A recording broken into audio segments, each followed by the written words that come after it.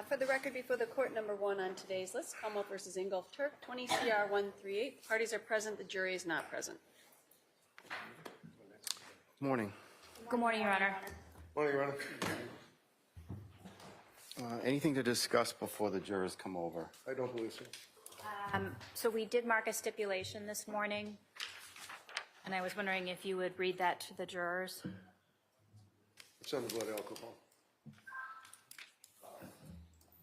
Okay. Yes, I'm happy to read it. It's Thank been you. marked as Exhibit 328. Is that right? Okay. And who do you have for today, Ms. Beatty? We have Ed Keefe, Lieutenant Ed Keefe, regarding, he's a digital forensic examiner, Matthew Sheehan, who's a criminalist, and Alana Frederick, who's the DNA analyst. Okay. And is that, Then the Commonwealth anticipates resting. all right, Mr. Reddington, you have somebody available today if I do. we get that far? Yes, sir. We have attorney, the two attorneys. One would be Lasivita, Lasivita. The other one is Attorney Hoffman. I have the gentleman from Florida, Boston, Richie Kovitz, and I will have Mr. Attorney Keighton on Zoom. Your Honor, I don't know if you got the document that defense counsel provided regarding Dr. Zeisel, but did. I am requesting a voir dire of Yes. Dr. Zeisel prior to his testimony. I told him to be here tomorrow at 9 All o'clock right. sharp for that. All right, so I think what we're going to do is we're going to go until about 12 or 12:15 and then give them a half an hour break and come back and go until 1:45 or 2. Sure, yep, Okay, and then tomorrow, as I indicated, it'd be a full day. okay. Okay? Yes. Margaret, that works? That works. All right. Okay, so we'll bring the jurors over. All set, Your Honor? Yes. All rise, please, your attention.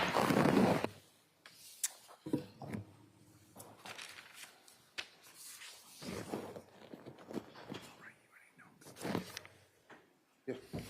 Okay.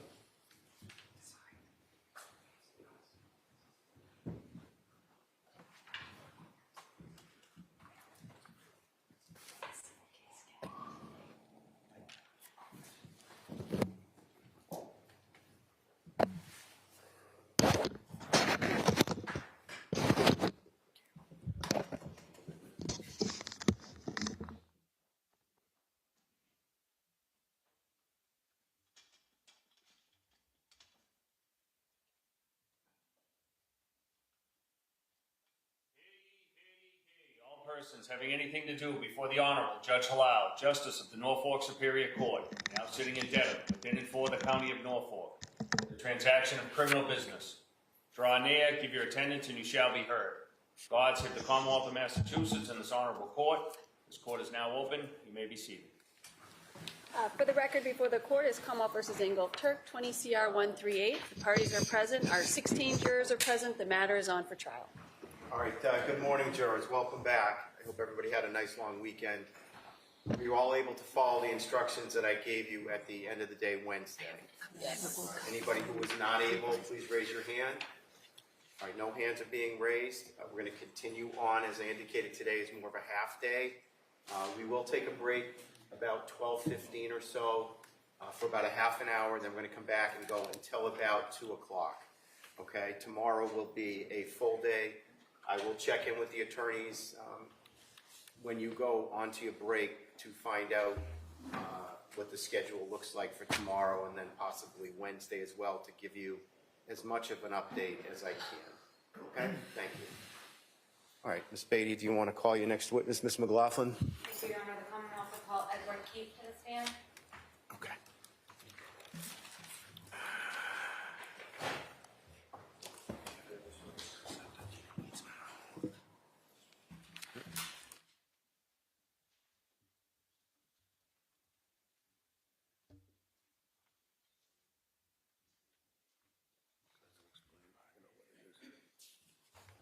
Do you solemnly swear that the testimony you shall give to the court and the jury in the matter now pending shall be the truth, the whole truth, and nothing but the truth, so help you God? I do. Thank you. Good morning. May I inquire, Your Honor? You may. Thank you. Good morning.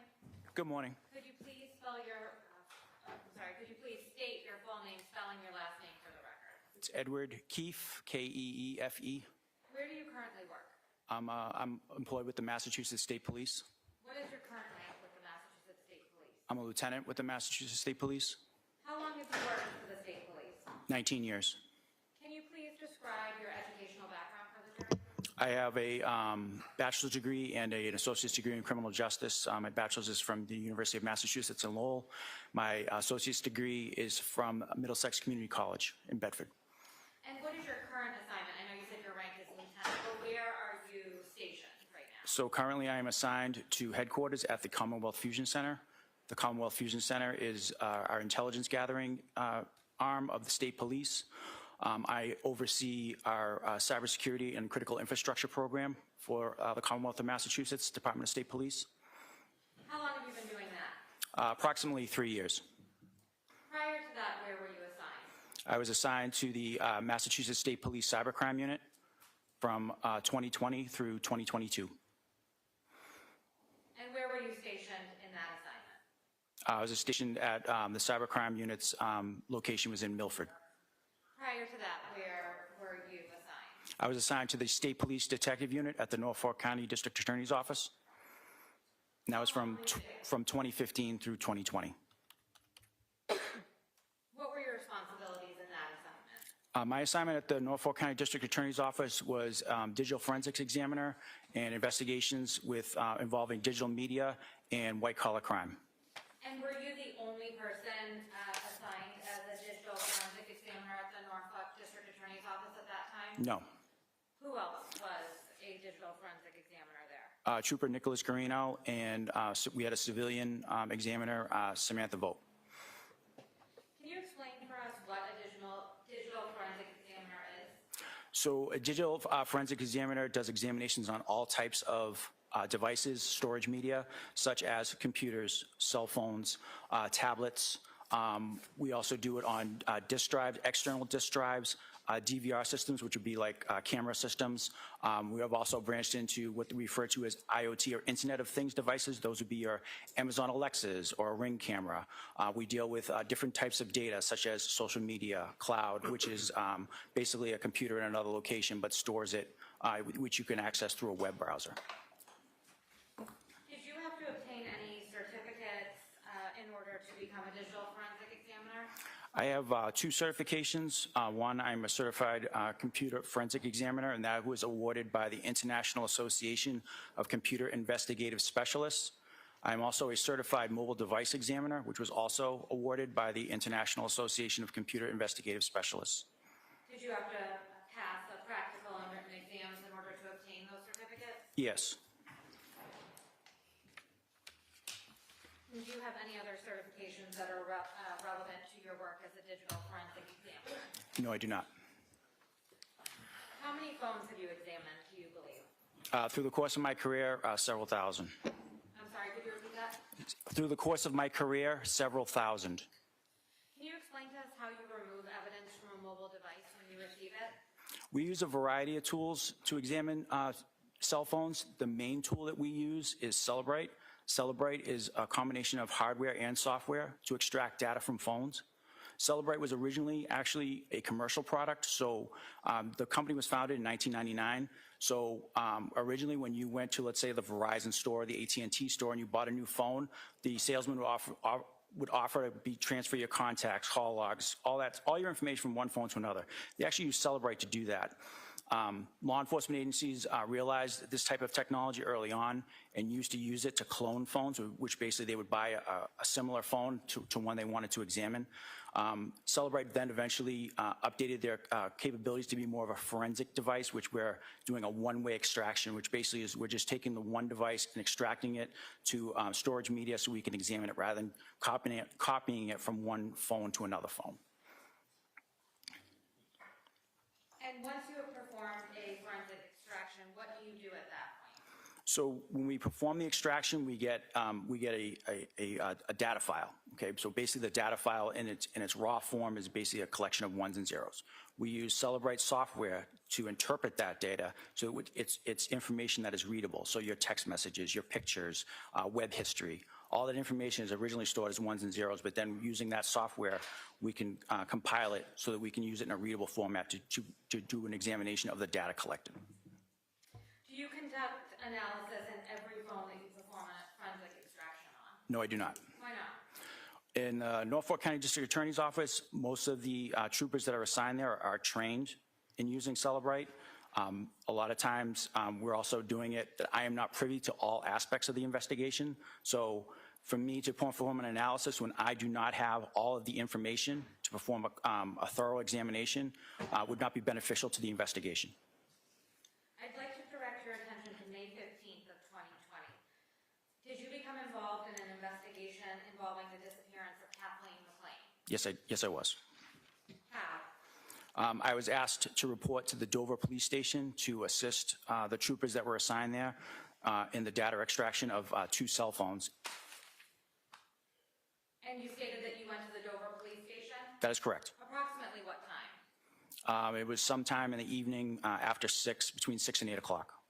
What did you do when you arrived? I met with Sergeant Kukowski, and he had 2 friends of Miss McLean there who claimed that they had conversations with her prior to her reporting being missing.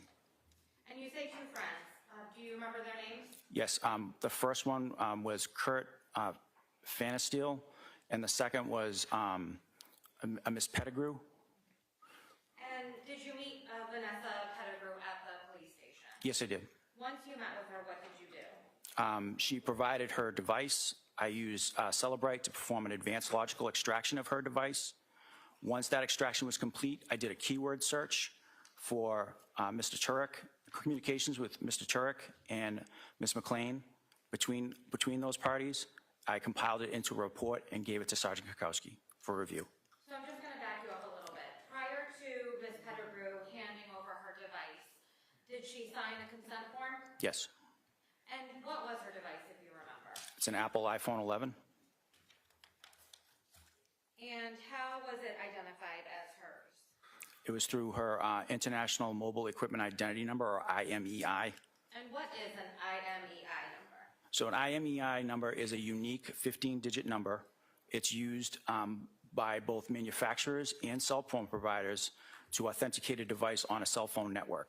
So, for example, if your device became lost or stolen and you reported that, your carrier could potentially, what they refer to as blacklist your IMEI, which means if somebody tried to sell it or tried to activate it, it should not be allowed.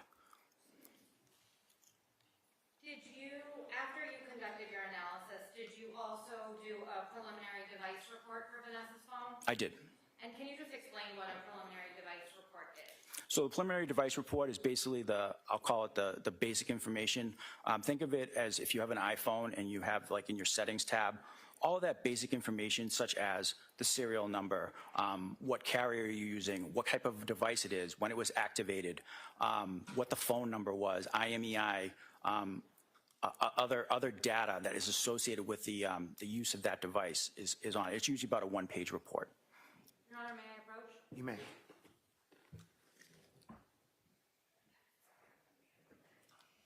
I'm handing you what's been pre-marked as Commonwealth Exhibit 326. Is that the preliminary device report for Vanessa Pettigrew's phone?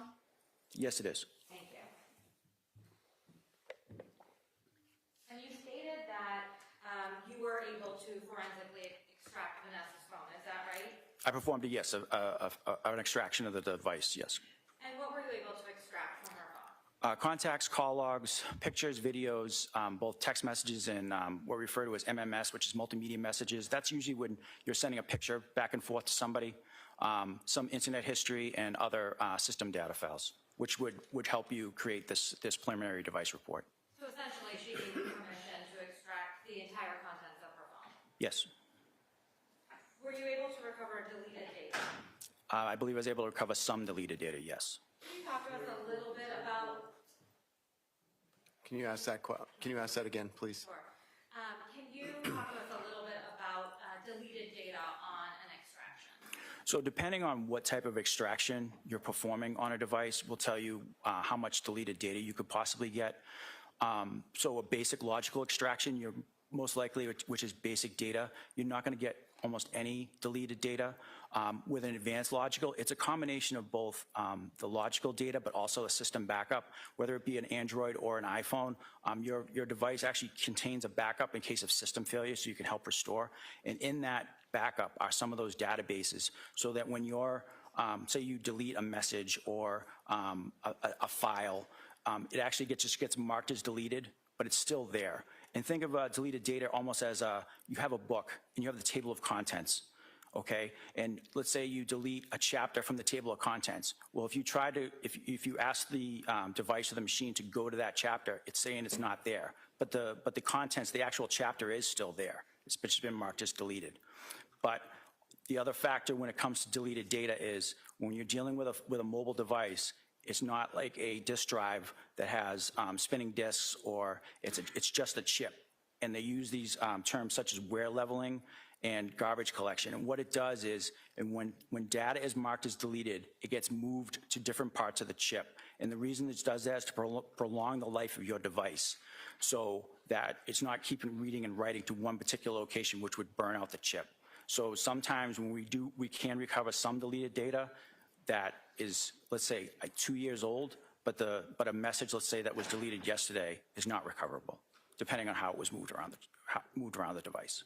And the user of the phone doesn't have any say over where that gets moved around in the device, is that right? No, the only user, I'll say user interaction that they can do with regards to certain things is they can obviously delete something off of their phone manually, which means they go in and actually delete it. Or they set up certain settings in their phone for, let's say, like text messages or email, that they want it purged after a certain period of time. Let's say like 30 days, a year, so that anything that is longer than that date automatically gets marked as deleted. So when you're looking at an extraction report, are you able to tell when an item was deleted? No. Not from an advanced logical extraction, no. Which is the type of extractions that you do, is that right? For this particular case, that's what I did, yes. And you stated that you were able to, that you did subsequently perform analysis on the data that you received from Vanessa Pettigrew's phone, is that right? That's correct. And I believe you testified that you ran keyword searches? That's correct. And what words did you use for your keyword search? I used Kathleen McLean and Ingolf and Harry Tuerk. And were you able to find a contact? Yes. Within Vanessa's phone? Yes. And what was that contact labeled for the search term Kathleen McLean? It came up as Reiki Katie. And was the corresponding phone number 339-222-9407? Yes, that's correct. Were you able to find the contact labeled under Ingolf or Harry Tuerk?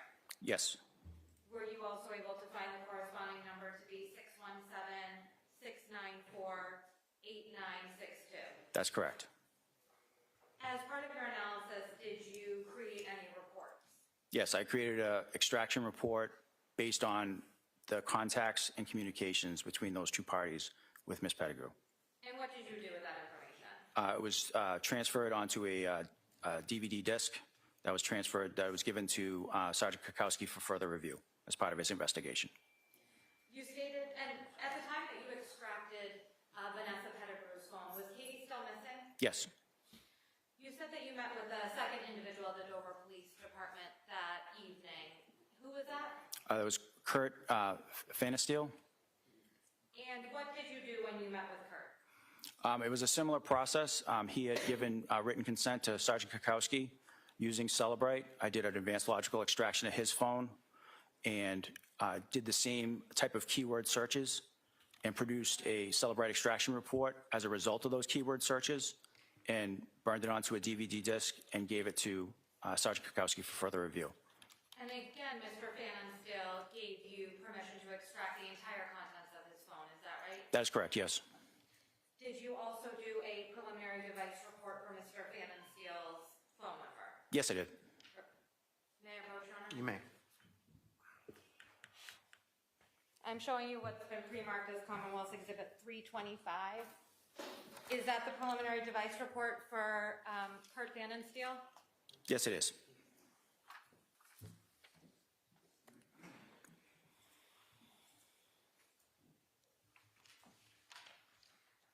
What type of device was Mr. Fanningsfield's phone? That was also an iPhone 11? And were you able to identify it in the same way that you identified Vanessa Pettigrew's phone? Yes, through IMEI.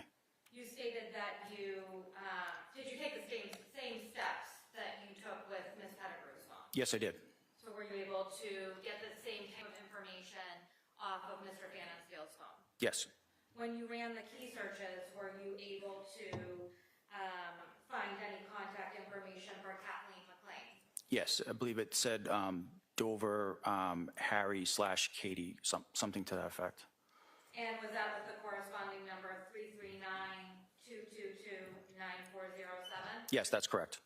Were you able to find any corresponding contact information for the defendant, Ingolf Tuerk? Yes. And what was that contact labeled under? I believe it was labeled Harry. If I told you Dover Harry, would that sound correct? Correct. Okay. And was that corresponding number 617-694-8962? That is correct.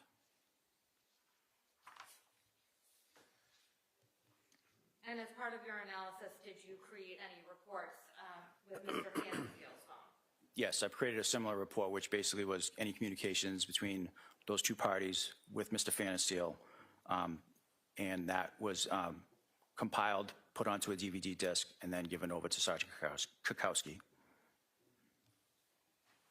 When you received consent to search Mr. Fanningsfield's phone and he turned over his device, was Katie still missing? Yes.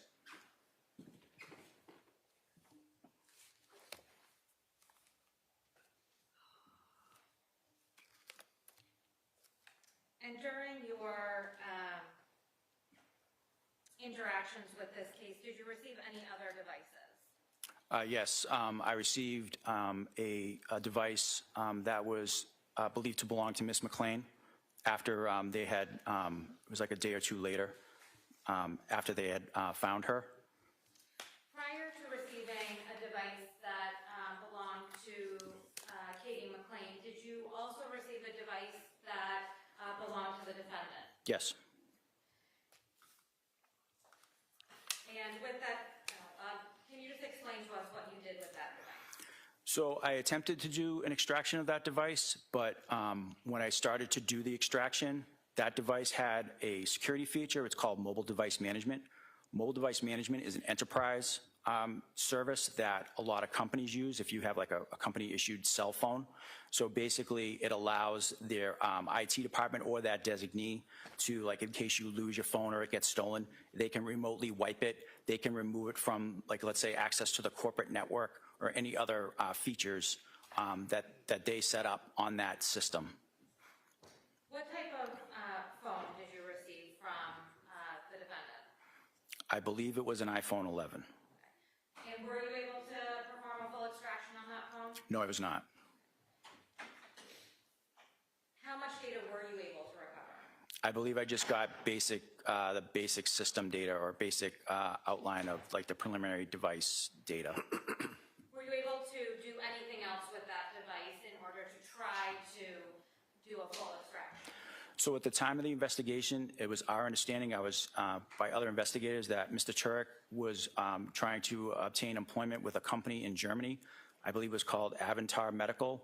Avantar Medical is based in Germany, and they do surgeries using like robotics.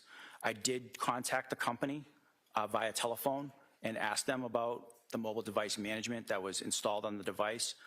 They explained to me that the phone was Mr. Tuerk's phone and not a company phone, and they did have implement mobile device management, but only on the email, and that although they had initially met with Mr. Tuerk, that they had not, he had not started employment with them. So you were still unable to get into the defendant's phone? That is correct. Did you take any other steps to try to extract the defendant's phone? At that point, no. What is Gray Key? So Gray Key is a system of hardware and software that is basically used for phone extractions, but also used to brute force, which means basically when you take your device, it basically sends passwords to the device in the hopes of breaking the in hopes of matching the password. So basically, it'll start with, so if you have a 4-digit number, it'll start with 000-111. It'll run all through 10,000 until it hits a password that matches yours and then unlocks the device. How long can it take? It can take, well, so depending on the device and how long the password is, it can take anywhere from 5 minutes to 35 years. Your Honor, may I approach? You may. I'm handing you what was pre-marked as Commonwealth's Exhibit 327. Is that the preliminary device report for the defendant's cell phone? Yes, it is. While you were working at the Norfolk County District Attorney's Office in the State Police Unit, were you able to examine the defendant's phone? No, it's not. Why not? I had not been given any further passcodes or for mobile device management, you actually need what they refer to as a MDM token, which is basically like a pairing key that will allow you to authenticate that device. So I was provided neither of those things. So from there, I was not able to access the device. Throughout this investigation, when you were working on the investigation, you stated that you did receive a cell phone belonging to Kathleen McLean, is that right? That's correct. Did you receive more than one phone? Yes. And what observations did you make of those two phones? So we had one phone that was in good condition. The other phone was severely damaged, specifically in the screen area, but other parts of the device. Were you able to extract any data off of the severely damaged phone? No. Why not? Because in order to perform an extraction, you actually need to interact with the device on the screen, which is basically allowing it to trust, which is a pairing method, which allows you to allows the device to connect to our forensic tools. What about the other phone? So the other phone, I was able to using Gray Key. I did get a partial file system extraction. How were you able to get a partial file extraction from Katie's phone, but not the defendant's phone? Because the mobile device management would not allow that pairing to take place. On the defendant's phone? That's correct. But it did allow it on Katie's phone? Correct, because she didn't have that extra layer of security.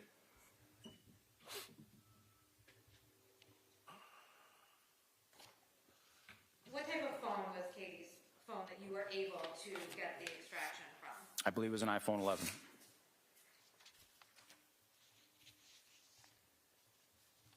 And did you use the same steps for Katie's phone as you did for Vanessa and Kurt's phone? No, I did not. Can you describe the steps that you took with Katie's iPhone 11? So for Katie's iPhone 11, I used Gray Key.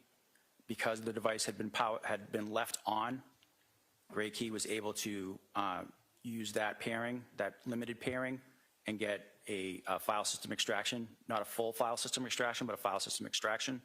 So we were able to get a lot of user data off of that device. But not all of it? Not all of it, no. Did you subsequently perform analysis on data from Katie's phone? I don't recall that I did, no. Why not? I wasn't directed to at the time. May I approach, Your Honor? May.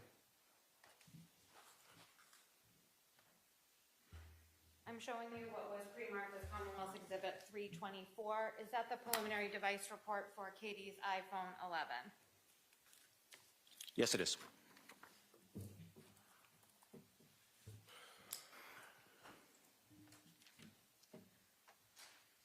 When did you get reassigned from the Norfolk District Attorney's Office? I believe September of 2020. And are you aware that after you left the Norfolk District Attorney's Office, other people in the digital forensic unit were able to get into the defendant's phone and extract data from it? I was told that was happening, but usually just in passing. But so you are aware of it? I'm aware that my understanding is the phone is still like trying to obtain a password. But you have not performed any analysis No, I have not.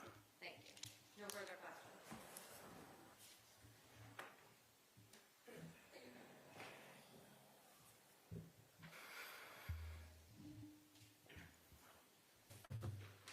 So, talking about the phones, for example, with Harry's phone, you determined that in fact the company from Germany was aware of that phone. They were aware of that, correct?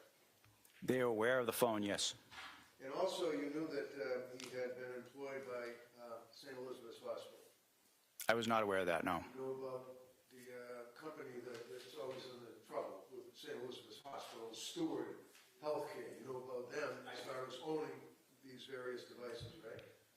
I was not aware of that, no. Okay, so you indicated that if there's some sensitive nature of work, that there could be an extra, I think you said an extra layer of security on the phone, correct? That's correct, sir, yes. So when you had access to Harry's phone, you determined that in fact there was this extra layer of security, right? That is correct, sir, yes. You in fact did try to use the brute force, is that the word, brute? Yep, that's correct, sir. Break this up, the brute force extraction. And in fact, ultimately from us, you received a password, isn't that right? I did not receive a password from you, sir, no. I was no longer working there if that happened. I see, okay. Who was picking up after you, if you know? I'm not sure who was assigned to the case after I left. Now, you also had occasion to use the brute force extraction technique, if that's appropriate, on Ms. McLean's phone, is that correct? That is correct, sir, yes. And you didn't get very far with that either, right? I got some data, sir, but not, I will not say I got all of it. All right. Now, when you are dealing with cell phones, one of the things that you made reference to is that you conducted a full extraction. Is that correct? Well, there's a full file system extraction. I did not do any of that on these phones. Okay, that's what it's called. It's called a full file extraction, right? That's correct, sir, yes. And that is far more encompassing, if you will, than what you had performed, right? That is correct, sir, yes. Can you tell us why you didn't do a full file extraction? For the reasons that I am aware of, Yeah. first of all, it was at that time, when the phone is usually done on consent, it's up to the investigator to tell us how they want that done. So that would have been Sergeant Kukowski's call. If he had told me that he had wanted everything, I would have brought it back to the office and done that. I see. Secondly, at this time, it was a missing persons case, and they were more concerned with just the communications, who was talking to who prior. That's my understanding. Okay, so when you were involved in the missing persons aspect of the case, it was on the 15th, is that right? That's correct, sir, yes. And then you continued to be involved in the 16th, 17th, 18th, into the following week, into the following month, correct? I don't think I was involved in the following month. I did it for the next few days after they had given. After the body was discovered, right? Correct, yes. And in fact, the homicide investigation was open, right? That's correct. So as a result of knowing it's no longer a missing person, it's now a homicide investigation, did you then attempt in any fashion to do the full file system extraction? No, I did not, sir.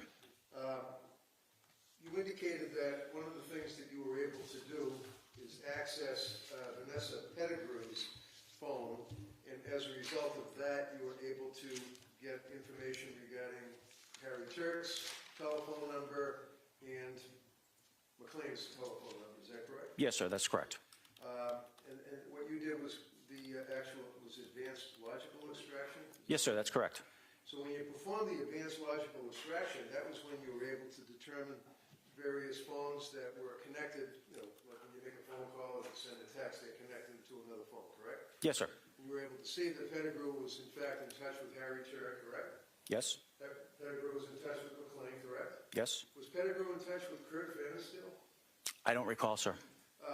In the course of the investigation, let's say once you had opportunity to meet with, for example, Mr. Vandersteel, do you recall where you met with him? It was at the Dover Police Station, sir. And Mr. Vandersteel provided access to his phone, is that correct? That's correct. You also had access at some point to Ms. McLean's phone, correct? Yes. Now, when you had access to Mr. Vandersteel's phone, did you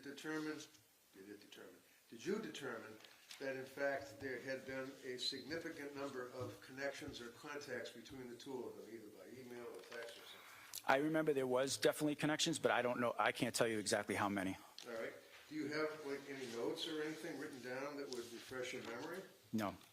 If I suggest to you that there were 5,173 messages between Ms. McLean's phone, strike that, Mr. Fannin Steele's phone and Ms. McLean's phone, would that refresh your memory?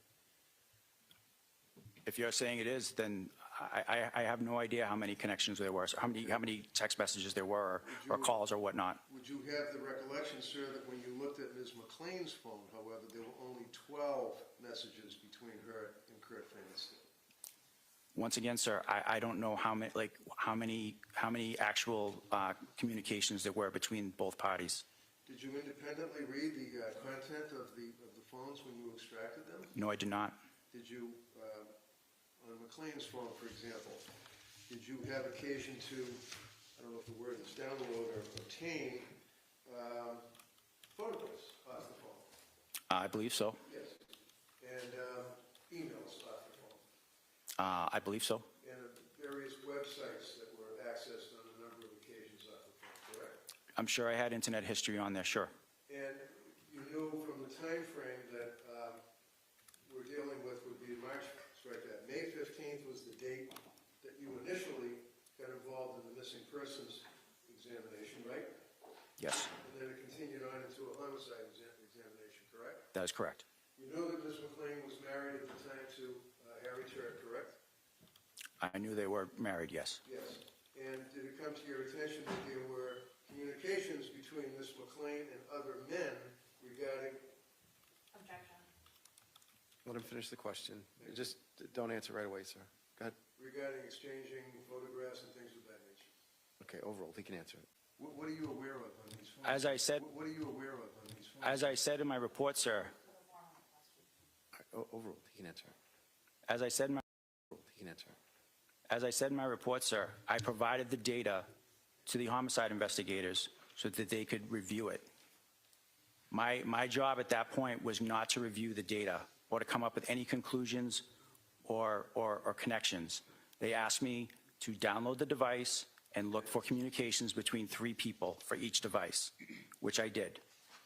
Okay, I understand. And basically, that would be your instructions that you, and that's what you adhere to, correct? That is correct. And you indicated something that if you were asked to, I believe, okay, that you were not directed to do further examination, that you could have done further examination. I certainly could have if I was directed to, sure. And you were not directed to by anybody in the DA's office. That is correct, sir. That's all I got. Okay, thank you. You may step down. Thank you, Your Honor. The exhibits.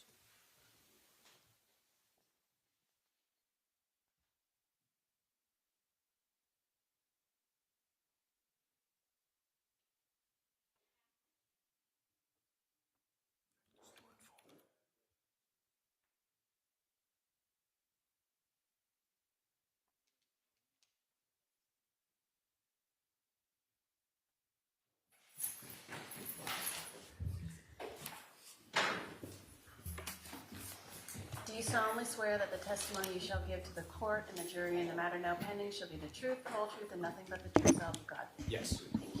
Good morning. Good morning.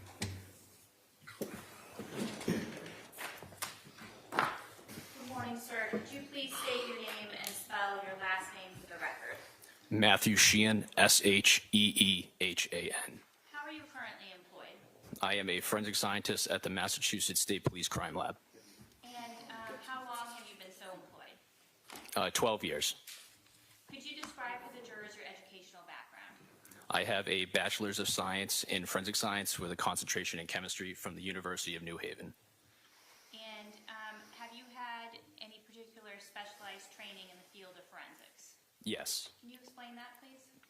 The initial one-year training period entering the lab, it consists of several different chapters, if you will, each one dedicated to its own area of criminalistics.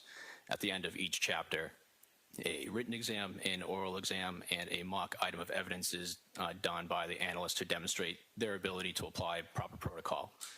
At the end of all the chapters, we have a final written exam, a final oral, as well as a complex mock case where we demonstrate our ability to apply all of the protocols to a complex case. And can you, let's move back a little bit. Can you explain what is criminalistics? Criminalistics is the unit that I am assigned to. Okay, and what does criminalistics mean? It is the application of science to physical items of evidence. And is that a similar term to forensics? Yes. And you just described some of the examinations that you took at the crime lab. Can you explain what is a competency test? The comp test is something done as like the first test to show that an analyst has their ability to do all the proper tests and protocols. And what is a proficiency test? A proficiency test is done once a year in a specific area of criminalistics to demonstrate that the analyst still has the ability and is still applying the protocols properly. And are those part of the protocols at the Massachusetts State Police Crime Laboratory? Yes. And are there steps taken at the Massachusetts State Police Crime Laboratory to protect against contamination? Yes. Can you explain what those are? In the criminalistics unit, we use proper PPE, like a lab coat, masks. We use bleach to clean our work materials and our workspace in between items of evidence and in between cases.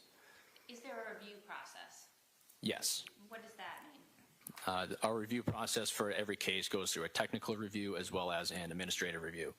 In the technical review, a second trained analyst will look at your file to ensure that a sound forensic investigation has been completed and you followed all proper protocols. The second is an administrative review where a third analyst will look at your file for any type of administrative errors. Can you please explain how the lab keeps track of evidence that is within its custody? When a case is submitted to a lab, it is given its own unique lab number in which all of the evidence submitted can then be put under that lab number and tracked via our computer system. And then what happens with each individual item? As an item comes into a lab, it's given an item number designated as what submission it is from and what item of evidence it is from that submission. As an example, if submission 1 has 5 items, it would be items number 1-1, 1-2, up to 5. If it's the third submission, it would be 3-1, 3-2, etc. Directing your attention to May 15th of 2020, did you have the opportunity to respond to the towns of Dedham and Dover?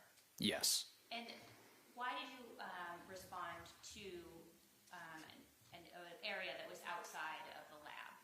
Now, I am also assigned to the crime scene response unit. And what is that? We respond to various crime scenes ranging from breaking and entering all the way up through multiple homicide. We examine and document the crime scenes for biological evidence and physical evidence and transport it back to the lab. And what hours are those? It is a 24/7 on-call shift. And so on May 15th, were you responding in connection with that assignment? Yes. Okay, where was the first place that you went? I responded to a residence inn located in Dedham, Massachusetts. A residence inn? Yes. And did you obtain a crime lab number in connection with your response? Yes, I did. And what was that crime lab number? It was 20-10428. Can we just have a minute? Yes.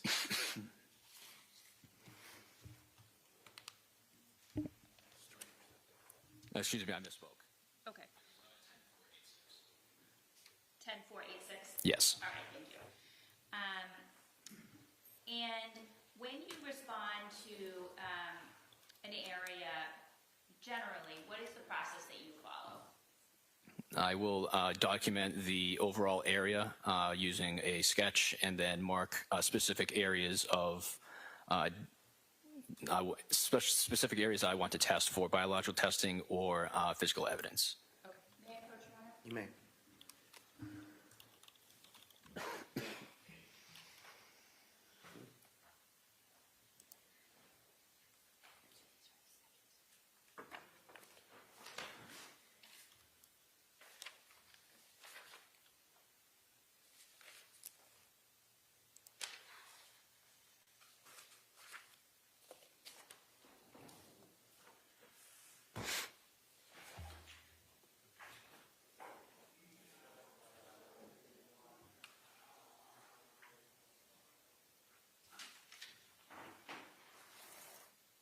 Sorry, could I just have a minute, please? You may. I'm handing you what's been marked AG for identification. Do you recognize those?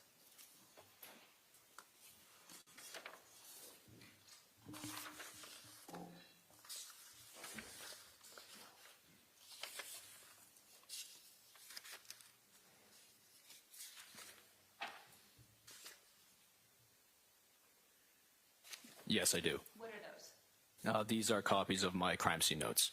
Okay. Would it be helpful to refer to those in connection with your testimony here today? Yes. All right, Your Honor, can those be displayed overhead as Mr. Sheehan testifies? I think he can testify, if he refreshes his memory from them. All right, so you're objecting to them? Yeah, those are his diagrams. He can refer to them. Thank you. I'm sorry, using the screen or no? No, there's an objection to using the screen, correct? Yes. All right. Okay. When you responded to the residents in, what is the first thing that you did? I made initial note of the layout of the room. Okay, and what did you observe? In the kitchen area, I observed a table that had a red-brown stain on it, along with various medical debris and paper towels with red-brown staining on them. Okay, and what, if anything else, did you observe? I also did blood testing in the room. All right. And let's just start with the red-brown stain on the table. What, if anything, did you do with regard to that? I conducted a screening test for the presence of blood on that stain. And when you say screening test, what does that mean? A screening test is done on a particular stain or questioned area to determine if a biological sample may be present. And how do you do that? This test is a two-step color test where a small amount of questioned sample is transferred onto a piece of filter paper, which is just like a coffee filter. And after the addition of several chemicals, if there's an immediate bright blue color change, the test is positive. If there's no color change or a color change something to other than that bright blue color, the test is negative.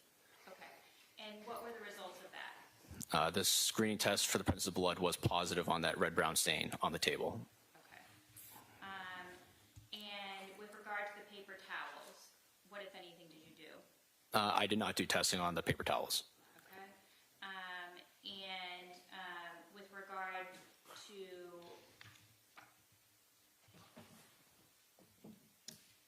what other areas did you test? I also tested the knobs and drain of the kitchen sink, and the bathroom sink, and the shower. And what were the results of those? The screening test was positive on the knobs in the bathroom and the shower knobs.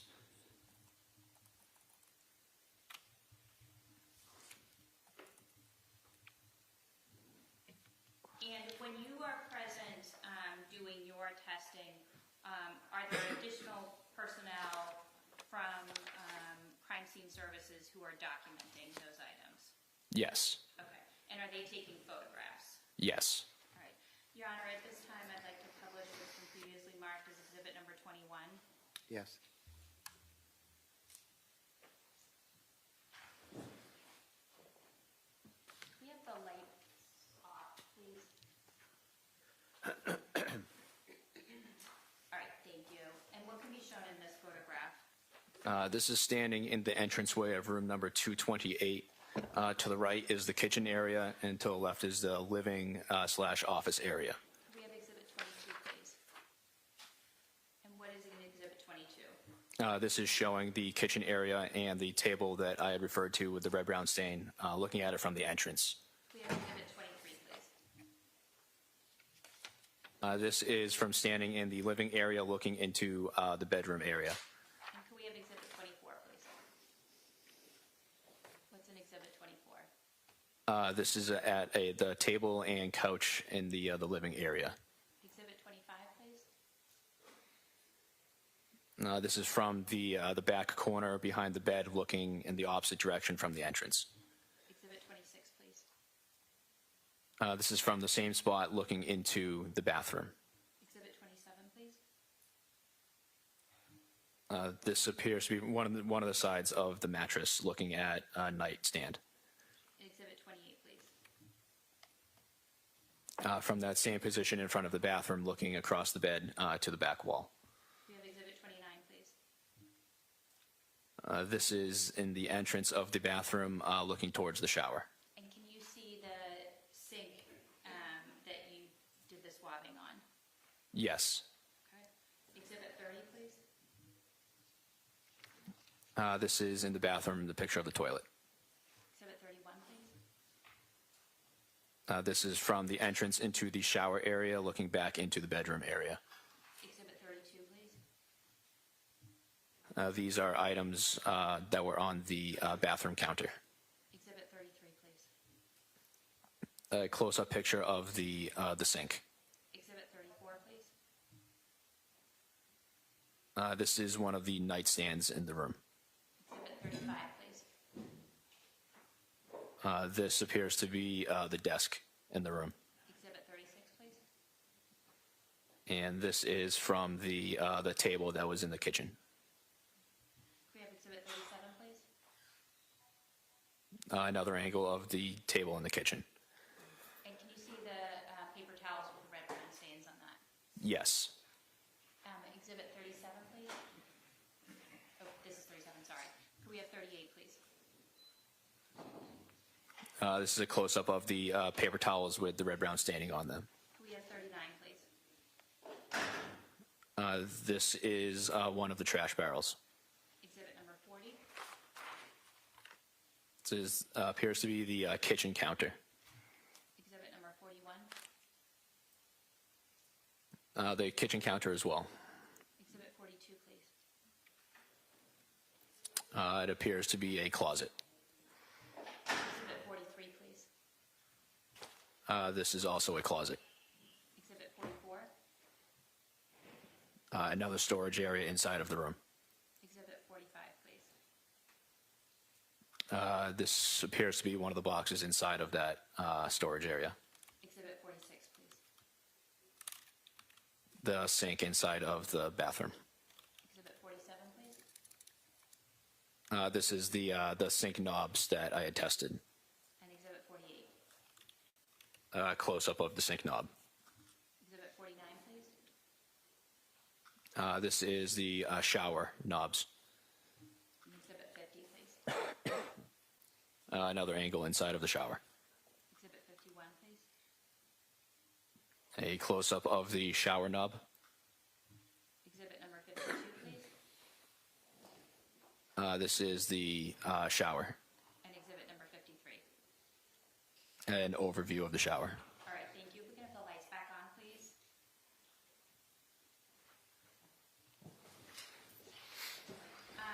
So when you left the residence inn, what, if anything, did you take with you? I collected a set of swabs from the red-brown stain on the table, as well as a set of swabs from the bathroom sink knob and the shower knob. And how did you do that? I used a set of cotton swabs with the ionized water. Okay. And were those swabs given item numbers? Yes. What, do you recall those item numbers? Item number 1-1 was from the red-brown stain on the table. I believe 1-2 was from the sink knob, and 1-3 was the shower knob. Do you recall about what time you arrived at the residence inn in Dover, in Dedham, I'm sorry? Approximately 1:15 in the morning. And about what time did you leave? I believe it was around 4 o'clock. 4 a.m. Yes. on the 16th? Yes. Okay. And where did you go next? Was 29 Valley Road in Dover. And about what time did you get there? I arrived approximately 5 a.m. Your Honor, could we approach? Yes.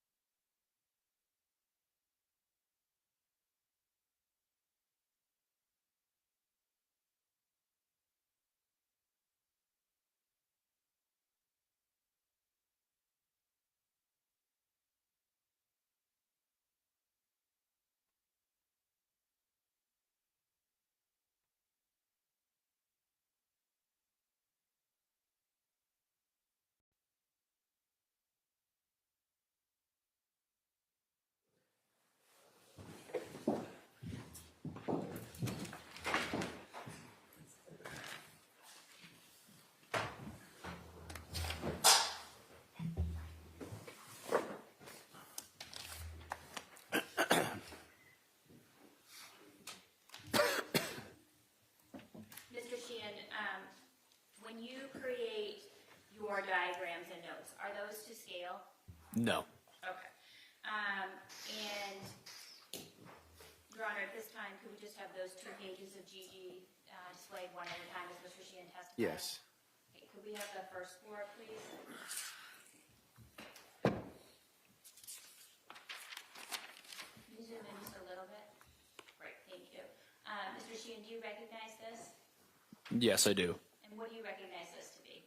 This is one of the pages of my crime scene notes. Okay.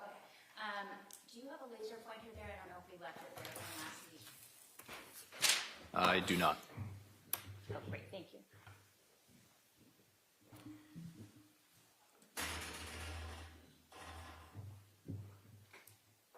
All right, can you just sort of orient us in the first floor about what the different rooms are on there? To the left of the house was an attached garage. From entering the garage, you go into a mudroom with a bathroom directly across from you. To your left is the kitchen along the back side of the house with a living room followed by another office.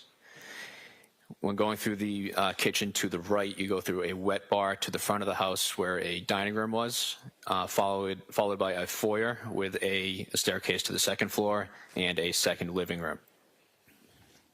All right. And so you documented the area, the layout of 29 Battle Road.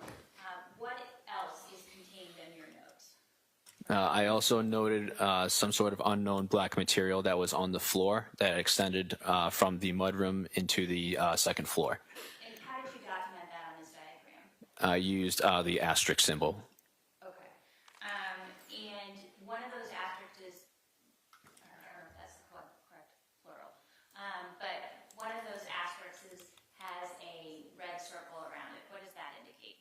That indicates that I collected a sample of this black material from the floor. And how did you do that? I had used a scalpel and cut it out from the floor. Okay. And what did you do with that? I packaged that and transported it back to the lab at the end of my scene exam. Okay. And could we have the next diagram, please?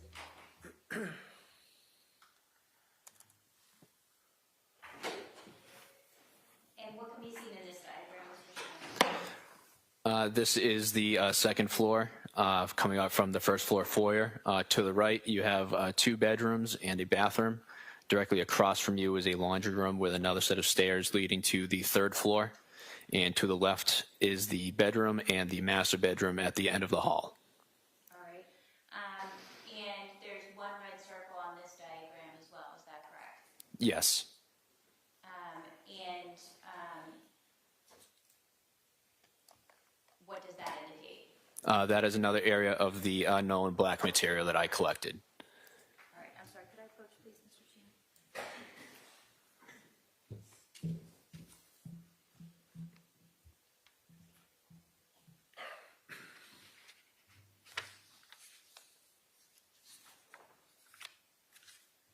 I'm sorry, Your Honor, can we approach one more time? Yes.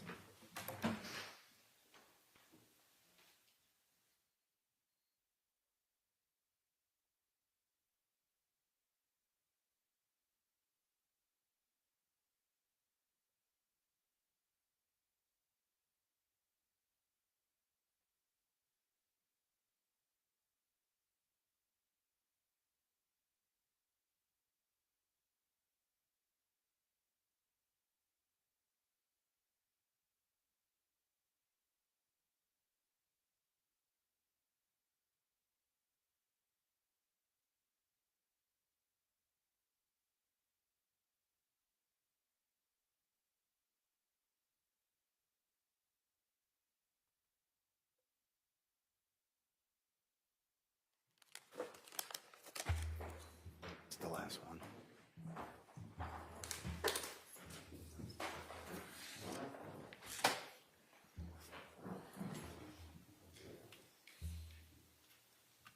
All right, and could we please have the 3rd diagram of just the master bedroom? All right, and what did you document in this diagram, Mr. Sheehan?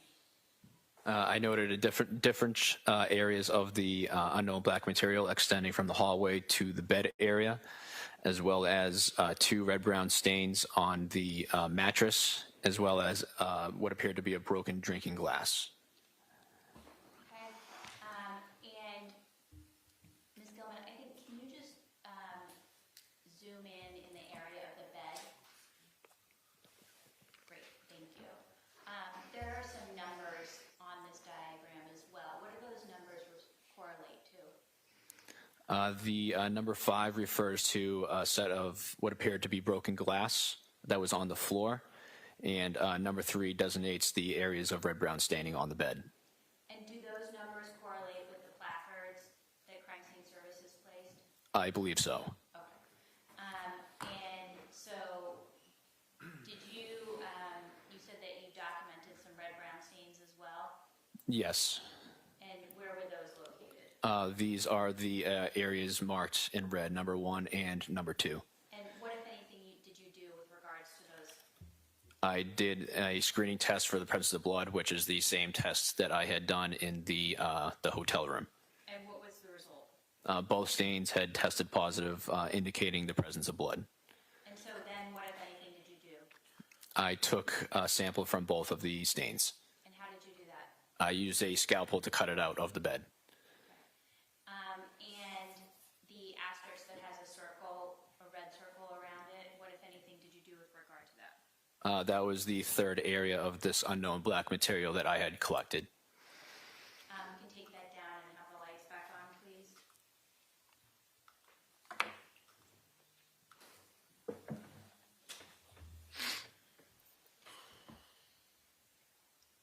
And so what items did you collect from 29 Valley Road? I had the cuttings from the red-brown stains on the bed, red-brown stains number 1 and number 2, as well as the 3 different areas of the unknown black material from the floor. And approximately what time did you finish at 29 Valley Road? Approximately 6:30 a.m. So where, if anywhere, did you go next? I reported back to the lab to submit initial evidence before reporting back to Dedham Police Department to examine 2 vehicles. And so what time did you go to the Dedham Police Department? It was approximately 12 p.m. And when you went to the Dedham Police Department, what, if anything, did you do there? I examined 2 vehicles, a white Jeep and a gray Mercedes. Where were they? They were at the Dedham PD. Okay. And similarly, was there, or were there troopers from crime scene services there as well? Yes. And with regard to the Mercedes, what, if anything, did you do? I made overall observations as well as conducted a screening test for the presence of blood on the interior of the vehicle. And when you say the interior, what do you mean by that? It was essentially almost the entire interior, anything that would be touched when you are using the inside of the vehicle, such as door handles, the HVAC and radio controls, the seats themselves, seat belts. It was almost everything inside. Was there any visible red-brown stains on the Mercedes? No. And what were the results of your screening tests on the Mercedes? The screening test was negative on everything inside of the vehicle. Okay. And did you also examine the white Jeep? Yes. And was there any visible red-brown stains on the white Jeep? No, I did note a red-brown stain that was on the steering wheel. And did you perform screening tests on the white Jeep? Yes, I did. What areas of the white Jeep? It was on the red-brown stain on the steering wheel, as well as the interior door handles, and the remainder of the interior cab area. Were there any items contained within the Jeep that you conducted screening tests? Yes. What items contained within this Jeep? There was a bottle of alcohol and a knife on the passenger side seat. And what were the results of that? The screening test was negative for the presence of blood on these items. Were there items that tested positive? Yes. And what areas of that? I tested positive on the red-brown stain on the steering wheel, on the HVAC and radio controls, as well as the exterior door handles of the driver's side, passenger side, and the trunk.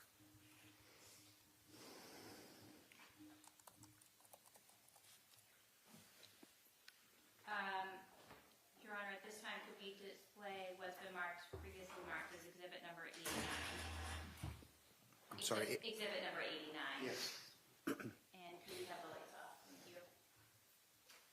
What is this?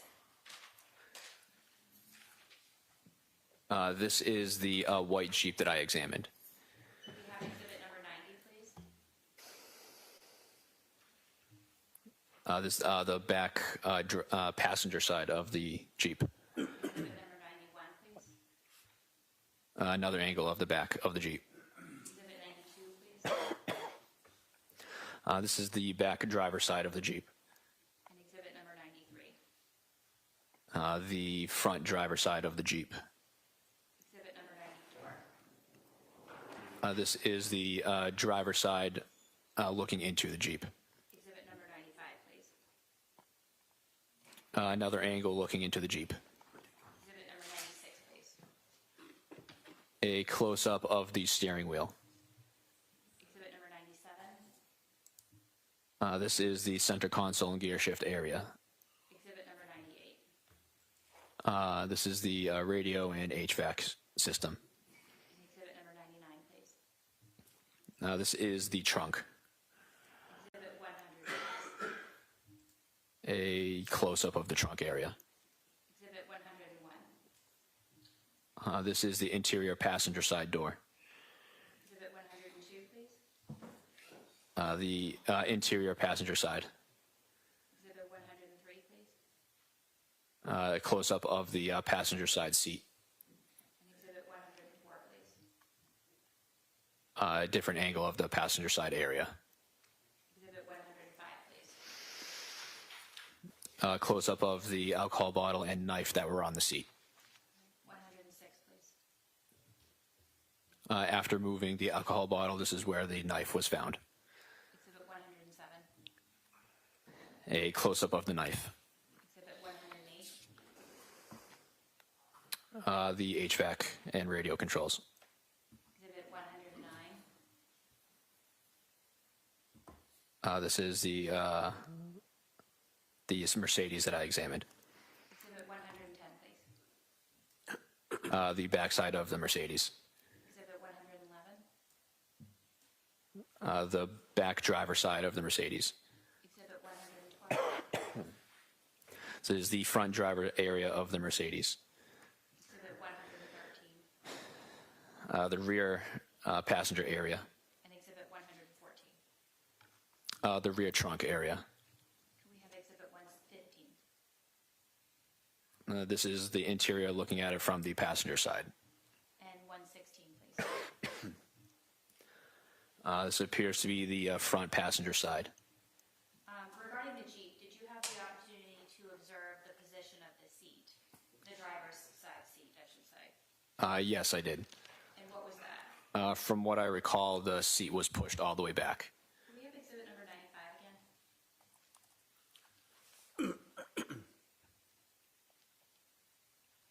And does that show the position of this seat? Yes. We can take those down and could have the lights back on, please.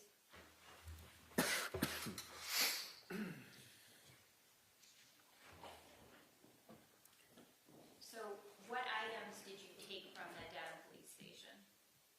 I collected a set of 5 swabs. One set of swabs was from the red-brown stain on the steering wheel, another set from the radio and HVAC controls, and then another set of swabs from each of the exterior door handles, the driver's side, passenger side, and the trunk.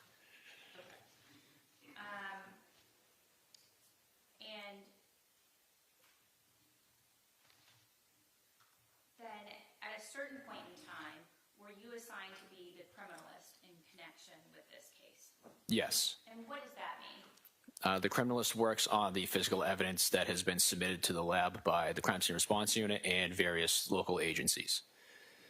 And is it typical that that is centralized? Yes. And are there sometimes when there's multiple criminalists out in the field and just one person at the lab That's correct. Okay, but in this case, you had done all of the collection work and the testing in the field, and then you were assigned to do the bench work at the lab. Yes. And what is item selection? An item selection is after a criminal examines a case, they figure out what samples to send forward for DNA testing. And what's the purpose of that? This purpose is to create forensic links in an investigation.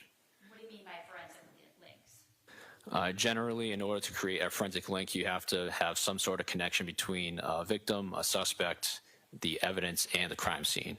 A sound forensic investigation can be considered complete when a link has been made between those four things.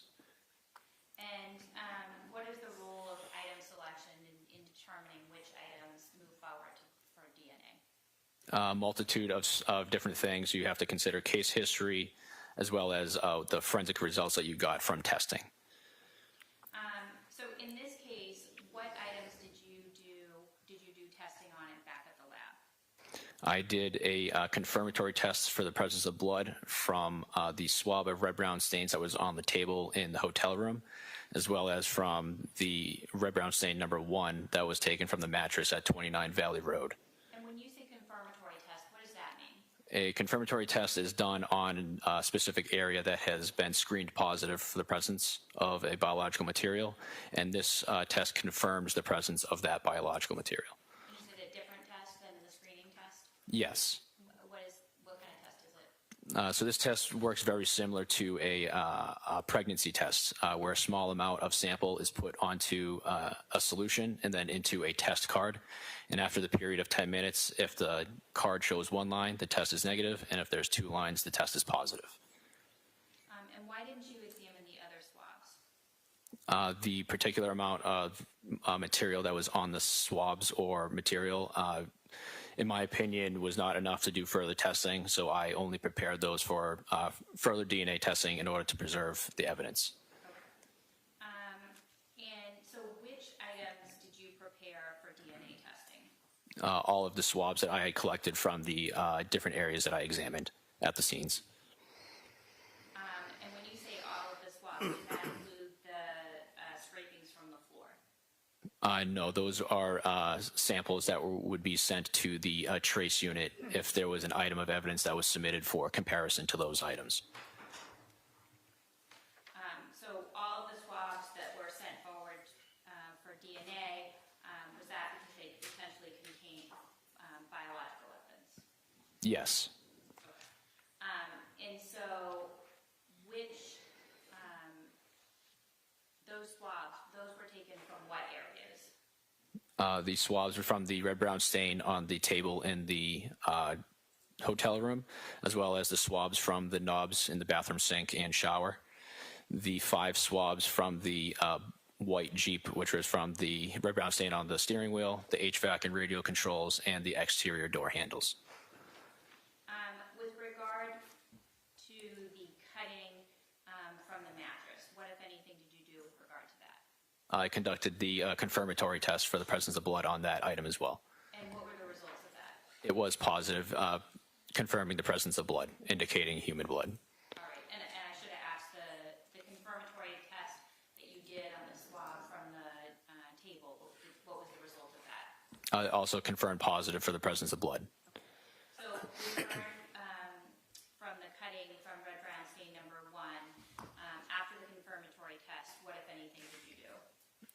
I took a small cutting from that particular stain and sent it forward for DNA testing. And did you prepare any other items for DNA testing? Yes, I did. What items were those? I also prepared a blood standard from the OCME's office to be used as a known DNA standard to be compared to our question samples. This sample was from a Kathleen McLean. And were there any other known DNA standards? That I prepared, no. Was there a known, at some point, was there a known DNA standard from Ingolf Tuerk? Yes. And did you have any other items from the medical examiner that you did any work on? I also examined a set of fingernail clippings from the right and left hands of Kathleen McLean. And what, if anything, did you do with those? I swabbed both sets individually for the presence or to recover the possibility of skin cells, and those were also sent forward for DNA testing. And were you able to determine before sending them forward for DNA, were you able to determine whether or not there were skin cells on the fingernail cuttings? No. And as you were doing your work, were you taking photographs or making any notes? Yes. And can you explain that? As with any forensic exam in the lab, we have to take photos of the item of evidence to show the condition that it is in as we receive it. We then use those photos to as our notes pages. And what, if anything, did you do after all of that work? After completing my exam in the lab, I wrote my report and made the proper assignments for DNA testing and submitted it for review. Do you want to finish a minute, please? Yes.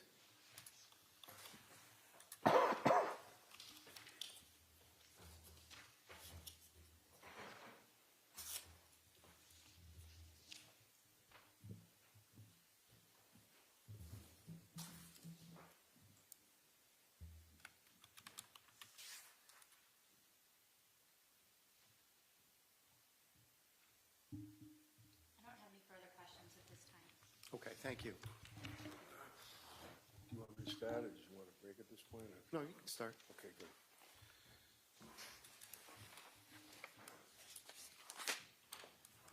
All right, so how long have you been a crime scene investigator, sir? For almost 12 years now. And obviously, you indicated that you went to the academy first, right? I did not. Oh, I am a civilian.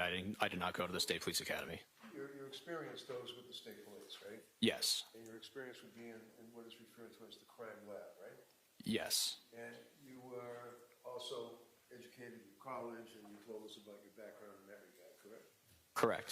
Now, have you done anything other than try to document crime scenes and secure evidence for people like jurors to be able to look at the time of a trial? No, I was hired right out of school at the crime lab. All right. And what's your level now? You guys have different levels? One? I am a forensic scientist 3. Okay. So you've got a lot of experience. Yes. When you were first detailed, if you will, that would be by who? A state trooper, a detective? Was it Kwiatkowski, for example?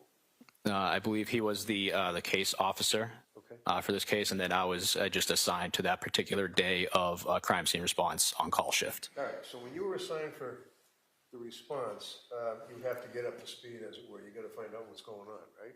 Yes. You talk to Kwiatkowski or somebody else? I believe at the time it was Trooper Alex Sow, and I met with him at the Residence Inn. Now, when you were first involved with this investigation, were you investigating, according to the district attorney's office, the state police, a homicide, or was it a missing person? Missing persons. And when was it that the missing person investigation turned into a homicide investigation? Was it the next day? I believe Miss McLean's body was not found until the day after I completed my examination at the scenes. 16th, right? Yes. But it's fair to say that you continued on with your involvement as a crime scene investigator for the state police on this investigation. Yes. When you went to you started off in your direct examination going to the hotel room at the Residence Inn, right? Yes. And you indicated that you observed, I guess would be paper towels with what appeared to be red-brown stain on them. Yes. You indicated that on that occasion, as well as other occasions, you did what was called a test to determine, a preliminary test to determine whether or not it could be blood, correct? Correct. Now that test, for example, is not a confirmatory test. That is just a screening test, correct? Yes. Whether or not it's you're screening for a red-brown stain that could be on a piece of wood like this desk, or a pen like this, or paper towels, you're looking to screen to see whether or not there's a possibility that the red-brown stain could, in fact, be blood. Yes. And that's called, what is it, orthotolidine test? Yes. That was the test that we used at the time. The orthotolidine test is when it turns blue, and if it turns blue, then you can infer that it might be blood, correct? Correct. Could also be dog feces, right? I would suppose it depend on what the dog ate, I believe. So You agree with me? Yes. All right. And it could also be copper, it could also be cleaning materials from under a sink, anything like that, right? Cleaning materials would react with the test differently, so it would give an inconclusive result. Inconclusive, all right. So that's why you have to then go and do the confirmatory test, right? Yes. And the confirmatory test would then exclude all those other things that we were talking about, false positives, for example, and confirm that in fact it is blood, right? Yes. And is that the Takayama test or one of those tests to see if it's human blood? This test was the hemotrace test, I believe it was called. Yes. And the hemotrace test you performed, and it did indeed confirm, for example, that the red-brown stain that was on the paper towels was indeed human blood, correct? It was on the stain on the table, not the paper towels. Okay, what about you didn't test the red towels? No. But nevertheless, you did see, in your experience, extensive as it is, what appears to be human blood on the red towels that were, paper towels that were on the table, right? Yes. And then there was a drop, or was it a puddle, or what was it? How much? I don't recall the appearance of it. It's just So red-brown. in any event, it appeared pretty apparent that it was pooled blood at some point on that table, correct? At some point, a red-brown stain was deposited on that A spot. sample of that. Yes. You tested that. Yes. It turned out to be confirmed. It was on the confirmatory test, and indeed it was human blood, correct? It was blood. The test itself only confirms the presence of blood and indicates the presence of human blood. Okay, so you have a test now that confirms or indicates the presence of human blood, correct? It would just be blood. Blood. Yes, the test itself reacts with. Would it? The test itself reacts also with ferret blood as well as different types of primate. Different types of primate, like monkeys? Yes. Okay. Do you have another test that you go to determine if it's not a monkey and it might be a human being? We can, however, in this most scenarios, we just take a sample and then it would be DNA tested. So it was DNA testing. Yes, And you know there was DNA testing. there was. And you know, in fact, it turned out to be Harry's blood, right? I don't read the DNA reports. How about the knife? Was there a knife that you observed on the table? I don't recall if there was or not. Recall that there was what appears to be blood on the knife that was on the table in the hotel room? No, I don't recall that. Did you know that in fact that he had cut his wrists in the hotel room? I was not made aware of that.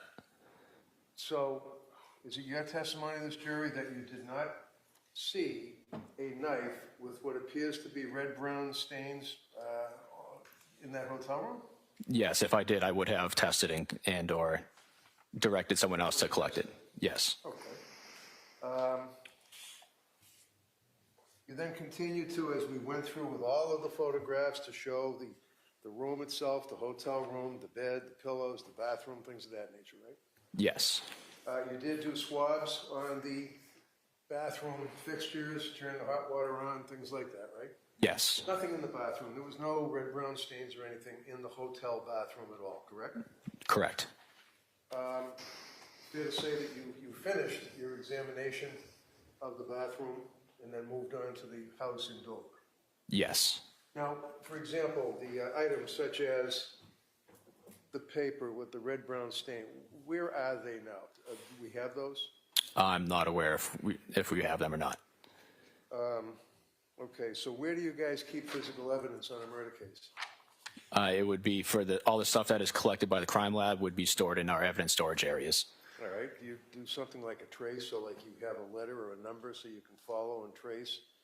If it is collected, yes, but we do not collect the red-brown stains on the paper towels. Okay, and you don't know anything about a knife with red-brown stains on it, right? Correct. So was there anything to your knowledge that you, when I say you, I mean collectively, obviously, seized as police investigators from that hotel room? Objection as to form. Sustained. Just rephrase it, Mr. Reddington, please. Okay, so in any event, you then moved on to the property in Dover, correct? Yes. Now, when you went into the property in Dover, the first thing you made reference to in your testimony is that there was, I guess you said, an unknown black material extending between the mudroom on the first floor and the bed area of the master bedroom, right? Correct. And there was some type of a pattern of the black material, correct? From what I recall, yes. All right. You'd agree with me that photographs were taken of these items, correct? Yes. You agree with me that they appear to be small, little black marks on the floor, correct? Yeah, they're very small, circular, like. Did you look in other rooms as well, you know, like downstairs, the gym, or in the room in the kitchen, or any of the other rooms that might have been in the house? Just that main area on the first floor and extending up to the master bedroom. That was it, right? Yes. Okay. You then made a case, you noted that there was a distance between the black marks. In other words, on some occasions, there'd be like one black mark on the stairs, another there'd be like two black marks on the stairs, correct? I do recall that, but I did not write that down in my notes. Would you agree with me that they appear to be sometimes on occasion would actually be like a foot apart, one black mark, and the next black mark would be, according to the little arrows and those rulers, about a foot apart? Yes, roughly. All right, in any event, sir, as a crime scene investigator, you went into the multi-story home, you made observation of the unknown black material, correct? Yes, Took your scalpel and you scraped it off, right?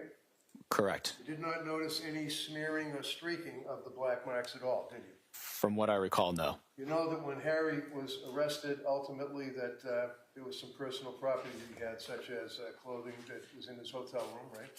I would assume so, yes. How about footwear? Did you have occasion to know that he was wearing sandals? I don't know what type of footwear he was wearing. Was any footwear that Harry was wearing ever examined? Not that I'm aware of. Do you know whether or not it was seized? Do we have that somewhere in a bag somewhere? I'm not sure. Well, you're the only one that would know that, right? No, there are plenty of people in the investigation. My job was to specifically collect forensic material and submit it to the lab. Sometimes there are evidence that's collected by different agencies that is not submitted to the lab. So when you say that sometimes your obligation would be to submit material that you collect, because obviously you don't know until you submit it to a lab what it is, right? Correct. So when you submitted the unknown black material that you scraped with the scalpel to the lab, what was the result on that? To my knowledge, there was no testing done There's no testing done? on the unknown black material, correct? So we don't know what it is? Yes, Yes, we don't know what it is. correct. Okay. Also, there's been some testimony, if I suggest, sir, that there were some hairs that were found on the bed. Strike that. Hairs that were found on the stairs. Do you recall that, sir, at all? There was a clump of what appeared to be a set of hairs. All right, so when you're using the expression a clump of hairs, are you suggesting that they appear as though they were like ripped out of someone's head and they're a clump of hair, or are they just a couple of hairs that were on the stairs? It looked like a set of hairs that were just essentially like a tumbleweed sitting on the stairs. Okay. Yes. And you know that there was a dog, Koopa, big, huge lab. I did not know that. See hairs elsewhere in the house, and the furniture and the floors elsewhere? Yes. Okay. Now, one of the things that you learn in the academy and through your straight the academy, one of the things that you learn is that it's pretty simple for one to actually do a test, a microscopic examination of a hair to reveal morphological features that can distinguish very basically human hair from the hair of an animal, correct? Yes. Was there any testing done on the tumbleweed's hair on the stairs to determine if in fact it came from Cooper as opposed to a human being? No.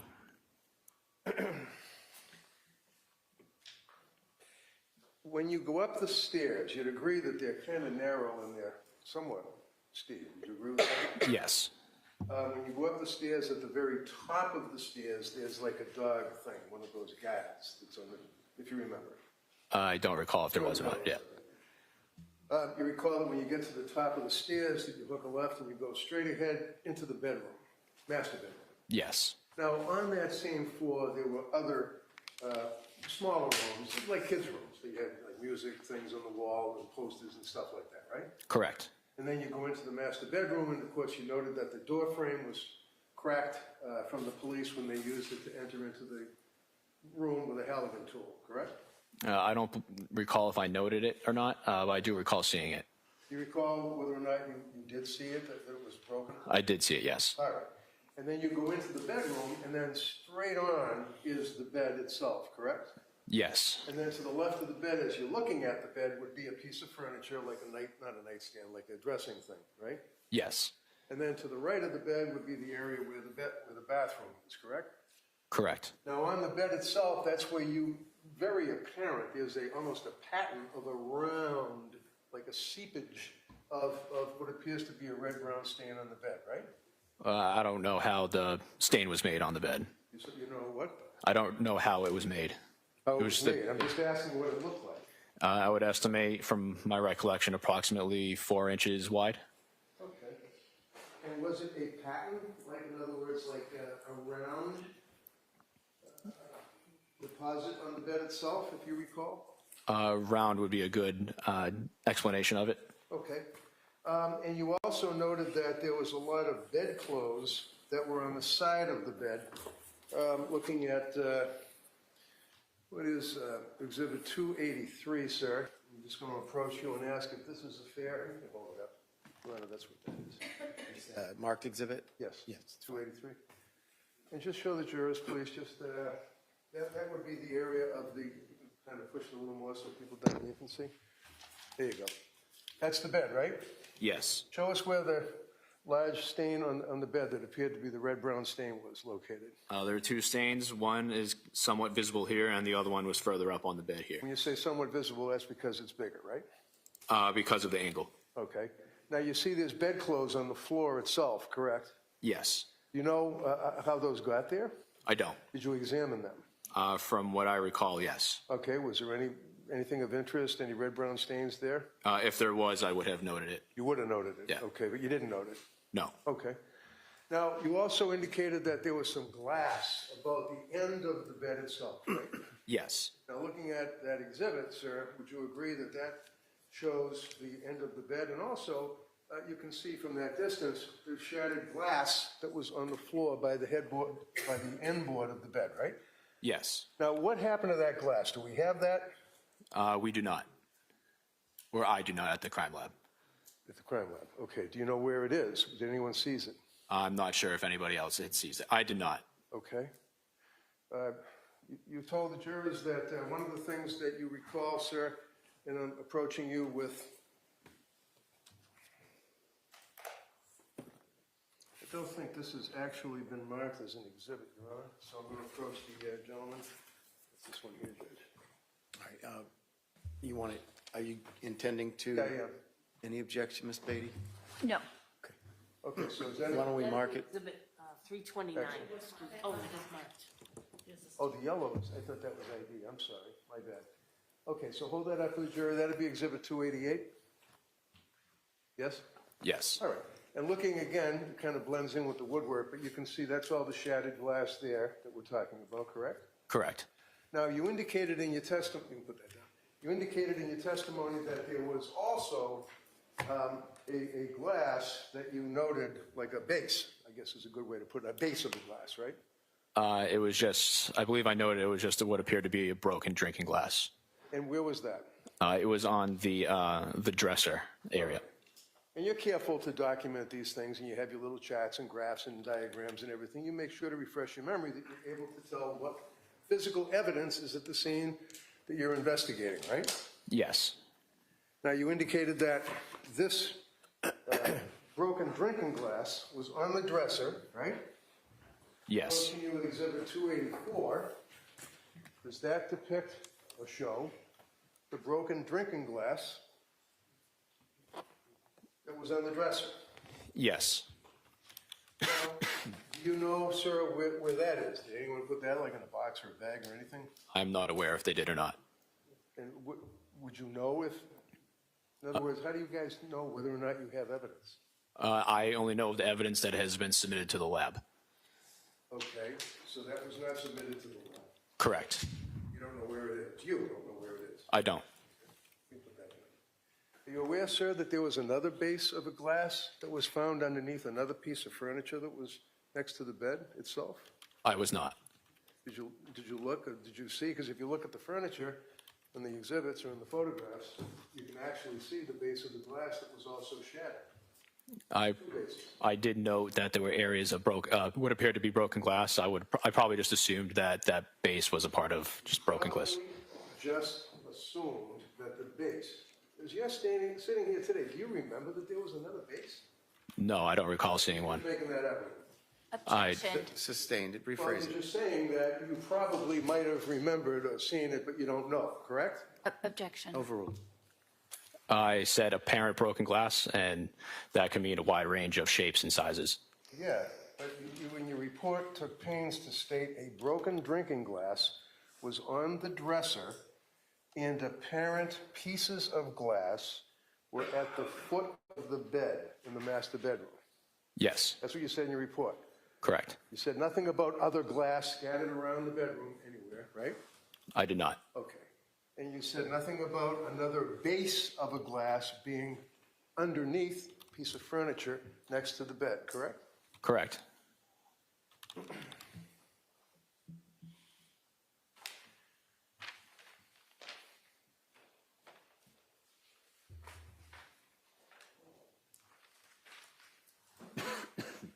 When you were checking out Harry's Jeep, and is it the Jeep that you made? I think, correct me if I'm wrong.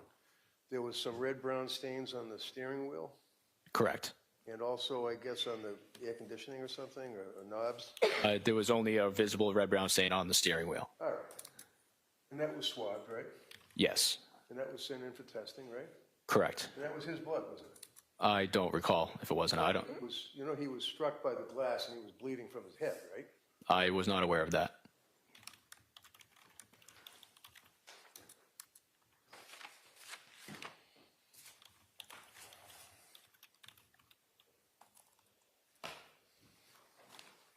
Okay, thanks. All right. Your Honor, could I have exhibit number 7, please? 7? Yeah. Is it a photograph? Yes, sorry. Now that there, sir, you recognize that table, right? If I had a expanded view of it, yes, I'd be able to tell you where it was from. All right, how about exhibit 6? That's the expanded view? Yes, that looks like the table that was in the hotel room. All right. And you had plenty of time to do a thorough examination of this table on a murder investigation, right? It was a missing persons investigation. Okay. Well, you noted that, like, for example, an EMT syringe from using Narcan was on the table, right? I just noted that there were needles there. There was a needle on the table, correct? Correct. You also note that there's a knife, right?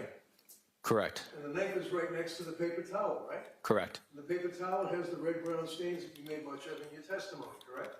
Correct. And it also has another paper towel that's next to the bigger paper towel with the red-brown stains, right? Correct. And can you bring this in closer to the knife? And that also shows what appears to be red-brown stains on the knife, right? Yes. Now, I asked you this morning, very basically, whether or not you remember seeing a knife with red-brown stains on it in the hotel room, and you didn't recall that, right? Correct. Do you know where that knife is? I don't. Did you ever send it anywhere to have it tested? I didn't note it, so I did not collect it. You what? I did not note it on my crime scene notes, so another officer that was there may have moved it. I don't know. They have. That's all I have. Thank you. That's all I said. Actually, can we keep that up there, please?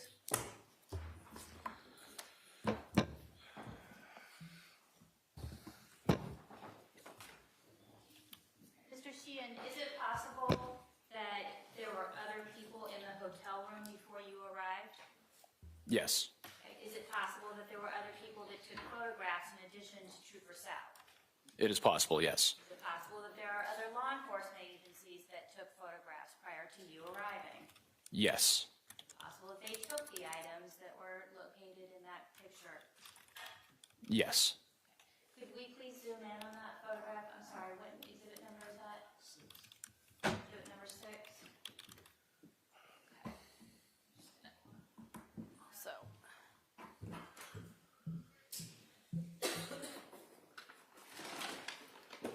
All right. So do you see a knife in that photograph? I do.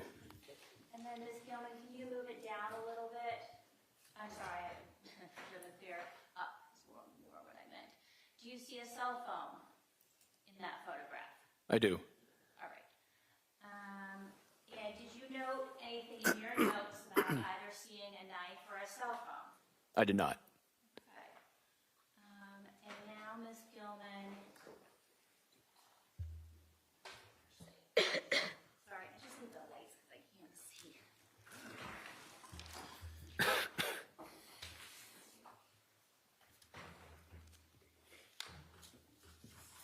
All right. Your Honor? You may.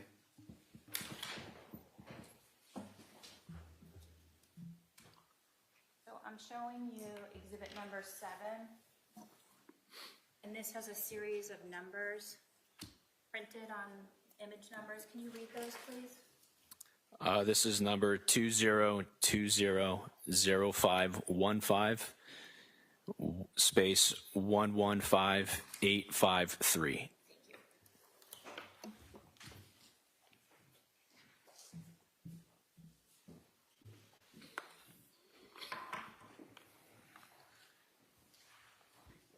Ms. Gilman, please have exhibit number 37.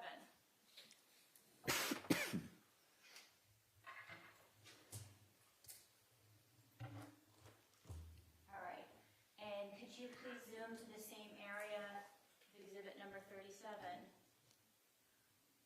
Do you see the knife in exhibit number 37? I do not. Do you see the cell phone in exhibit number 37?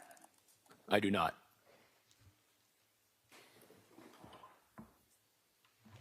All right, could we have the lights back on? May I approach? You may. Showing you the original of exhibit number 37. There's some letters and numbers. Could you please read those? This is SAO space 0174. What does SAO indicate to you? SAO, Trooper Alex Sau's initials. Who is Trooper Alex Sau? He was the one that, Crime Scene Services Trooper that I responded to the hotel room with.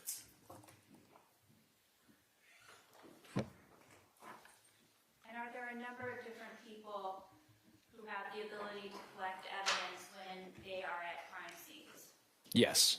Who are the number of different people who have the ability to collect evidence? Any one of the investigators are allowed to collect evidence. Can troopers assigned to detective units collect evidence? Yes. Can local departments collect evidence? Yes. Can troopers assigned to crime scene services collect evidence? Yes. And do they all have the ability to submit that evidence to the state police crime laboratory? They do. And why didn't you collect the broken glass? At the time of the investigation, the information that I had, the involved parties had both lived in the home, and showing any type of DNA on those items would not provide additional information. If one of those items did have a red-brown stain on it, then I would have collected it.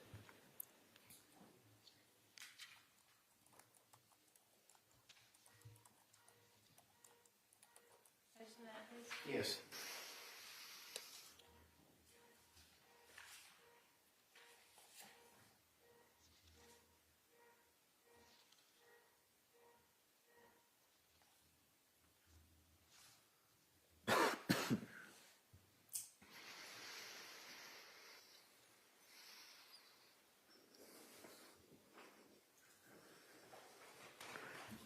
I don't have any further questions. Well, you got to see it before you can collect it, right? There was a picture taken of it, so it was seen. Oh, so you've seen the picture. I saw that from that picture, but I did not see it at the crime scene. Oh, okay. My question, sir, is when you say they took a picture of it, what are you referring to? The knife that was on the table. Okay. Let's go to the bedroom. The second, if you will, base of the glass that was underneath the furniture. That was not seized. We've already established that, right? It was not seized by me. Okay. You didn't see it? Correct. All right. So like you told the jury that if you had seen red-brown stains, you would have tested it. You didn't see it. You have to see it before you can test it, right? Correct. Okay. Who is Alex Sau? He was the crime scene services trooper who was taking photos. So isn't it true that you guys have pretty much your rigid box that you're in when you're investigating? In other words, someone's a photographer, someone secures the scene with that yellow tape we're all familiar with, right? Objection is to form. Okay, I'll rephrase it. Someone secures the scene to make sure that people aren't traipsing through it and messing up the evidence, right? Yes. All right. Someone like you would be designated as the CSI, a crime scene investigator, that would actually look for evidence, right? Correct. And you're telling this jury that somebody possibly took items, it could have possibly been another trooper or even a local cop? It is possible. Objection as to form. Okay, overruled. He may answer it if he knows. It is possible. I do not have control over what other people collect or don't collect. Well, you've heard of chain of custody, right? Yes. And chain of custody basically means that if someone has a pen and they hand it to you, you want to document it, you write it down. You guys have those little checklists, right? Yes, Did you fill out any checklists of chain of custody on any of these items? I did. Did anyone tell you that they seized, for example, a knife with red-brown stains on it out of the hotel room?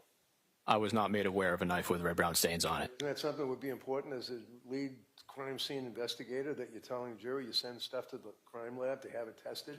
They're going to tell you about it, right? Yes, Nobody told you about that, right? correct. Nobody told you about the other base of a glass found underneath the furniture, correct? Correct. You never tested the spots, the black spots, right? I did not know. Nobody did. Nobody did. Nobody sent them to Trace Services, right? They were available for testing if there was something to compare them to. So when an attorney asks you they were not sent to Trace Services, and you respond they were available for testing, but nobody sent them, the bottom line is, yes, they were available, and they were not sent, right? Correct. Thank you. Okay, you may step down, sir.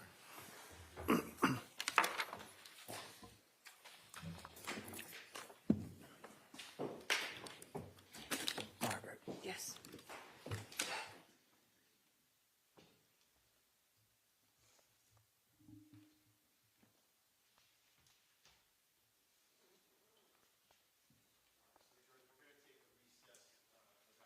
Five minutes, and then come back and go.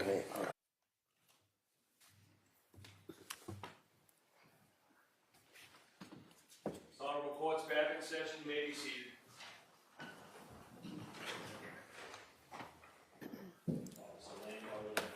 All right, Ms. Beatty, Yes, Your Honor. how many witnesses? One. All right. Okay, so why don't we, how long do you anticipate this witness to be? 30 minutes, 20 minutes? Mr. Reddington? I don't have much on the cross, Judge. So I Okay, think- and then you're going to rest after that? Yes. All right. Okay. All right, let's bring the jurors over. While they're coming over, can I see counsel?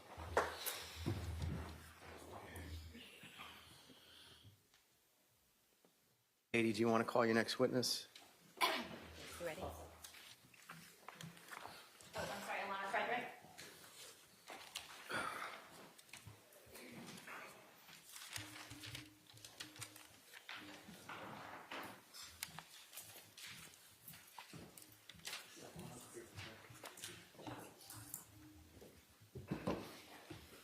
Good morning. Good afternoon. Do you solemnly swear that the testimony you shall give to the court and the jury in the matter now pending shall be the truth, the whole truth, and nothing but the truth, so help you God? I do. Thank you. Good afternoon. Good afternoon.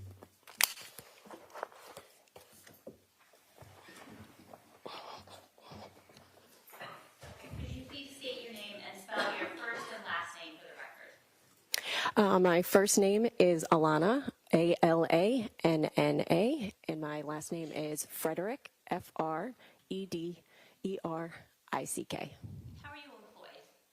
employed? I am a forensic scientist too in the DNA unit of the Massachusetts State Police Crime Lab. How long have you worked at the Massachusetts State Police Crime Lab? For approximately 15 and a half years. And can you describe your educational background to the jurors? I received my bachelor's of science in chemistry with a concentration in forensics and a minor in criminology from Merrimack College. And can you describe to the jurors your professional background? I attended a 17-week training academy at the Northeast Regional Forensic Institute, where I studied population genetics and statistics and DNA typing methods, and then also did training in-house with the protocols and procedures I would be using in casework. And is there continuing training at the crime laboratory? Yes, we DNA analysts are required to have a minimum of 8 hours of continuing education every year. And are there competency tests and proficiency Yes. So a competency test is given to an analyst at the end of their training before they start using that procedure on casework. It is a hands-on lab test where you know what the outcome should be, so you have to pass that test to do casework with that technology. That is a competency test. And then I also take proficiency tests every 6 months. That's after your original competency test. And these are also hands-on lab tests where we know the results to ensure you're still using the protocols and procedures properly. What is DNA? DNA stands for deoxyribonucleic acid and is the fundamental building blocks for all living organisms. We get half of our DNA from your mother and half of your DNA from your father. And it is the understanding that DNA is different between individuals with the exception of identical twins. And where is DNA found in the human body? So DNA is inside of the cells in your body.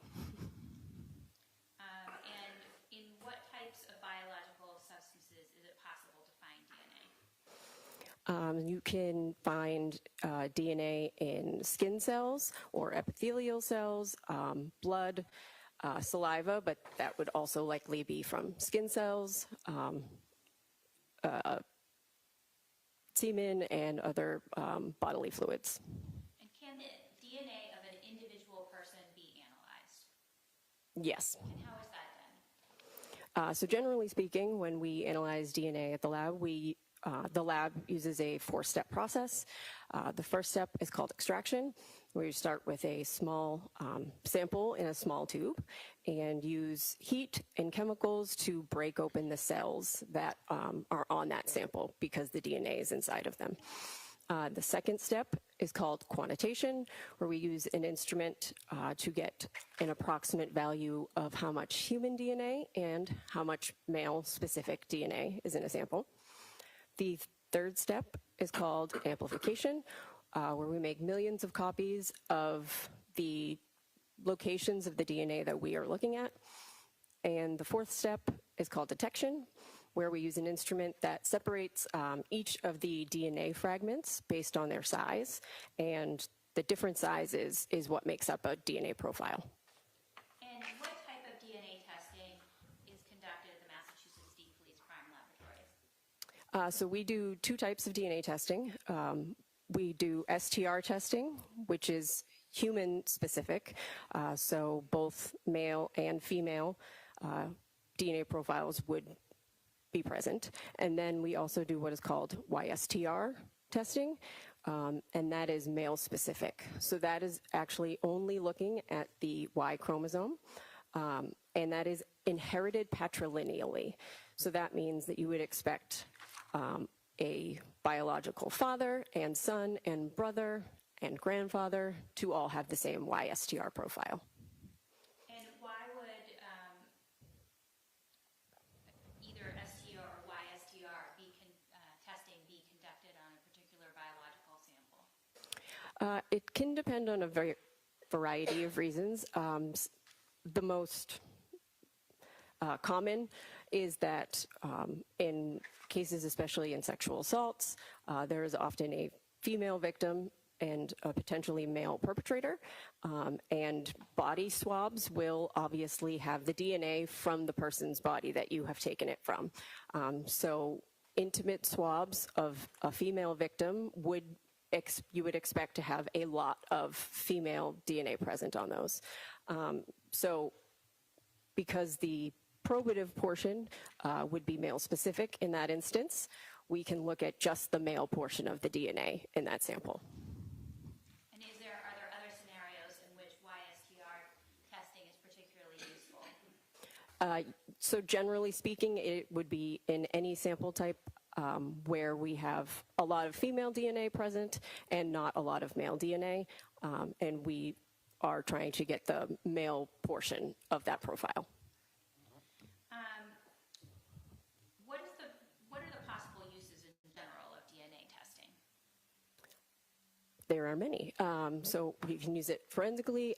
Also, there's paternity testing, They're can be used for various medical procedures and processes as well. Okay, and what is the purpose of the testing that the crime laboratory, the type that the crime laboratory does? Generally speaking, we get evidence samples submitted to the laboratory and do the necessary forensic DNA testing on those items to get an unknown profile.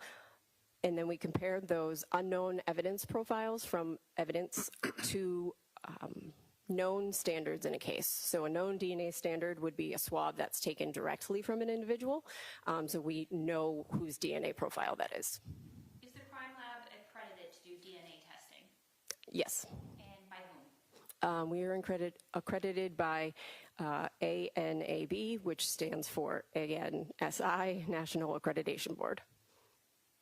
And when you're doing testing, are there steps taken to protect against contamination? Yes. Can you explain what that is? Analysts use gloves, wear lab coats.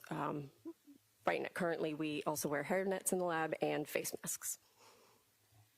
And is there a review process? Yes.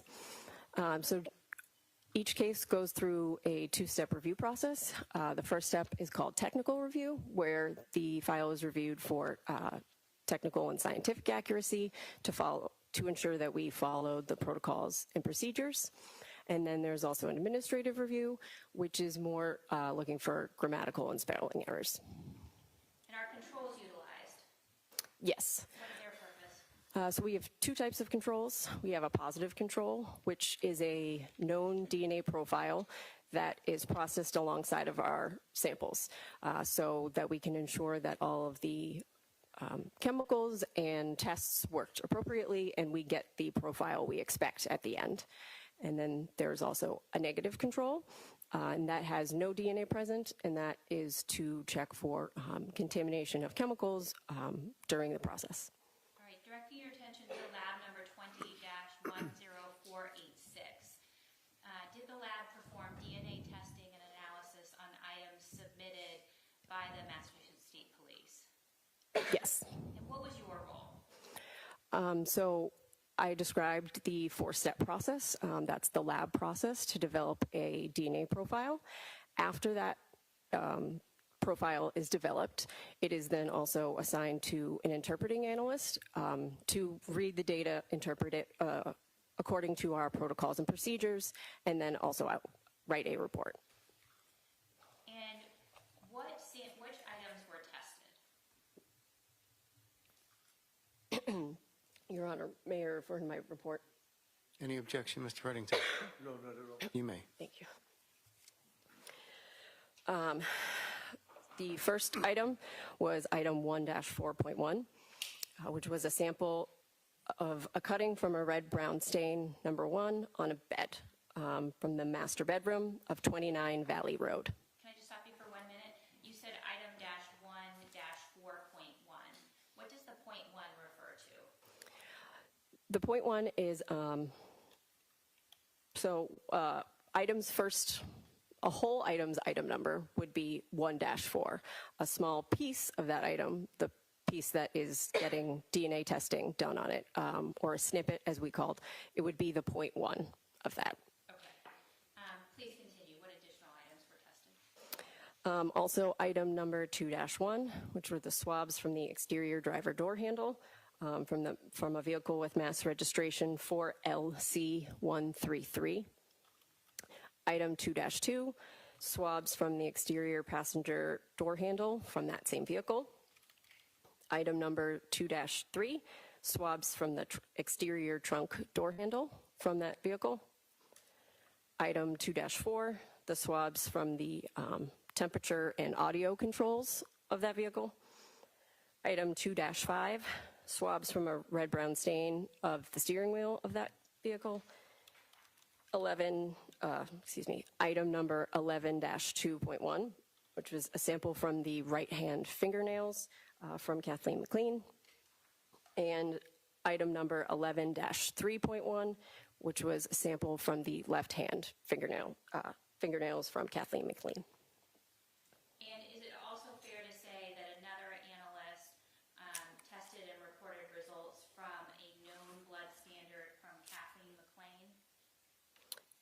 Yes.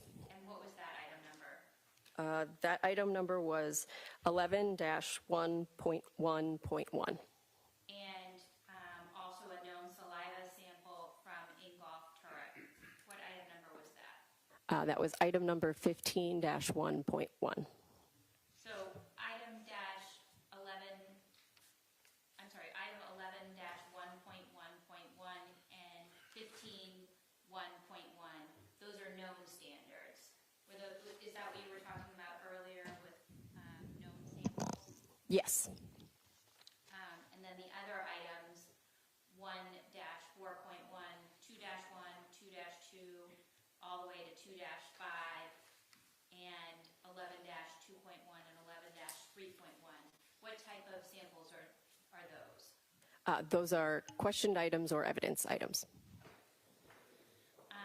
And can you tell us what your conclusions as the interpreting analyst were? Yes. Okay, so can we start with item 1-4.1, the red-brown stains from the master bedroom? Yes. So for item 1-4.1, the DNA profile is a mixture of at least 3 contributors, including at least 1 male. A major female contributor was observed, and additional low-level DNA not suitable for comparison due to the quality of the profile was not utilized in the interpretation. And were you able to make a comparison to the known standards? Yes. What were your results? Kathleen McLean matches the major profile. Would you like me to do the stat as well? Yes, could you explain the statistical value for the comparison to Kathleen McLean? Yes, and the expected frequency of occurrence of that profile is approximately 1 in 7.782 nonillion unrelated individuals. What is nonillion? A nonillion is a number with 30 zeros after it. 30 zeros? Yes. Okay. And so that is the statistical comparison between Kathleen McLean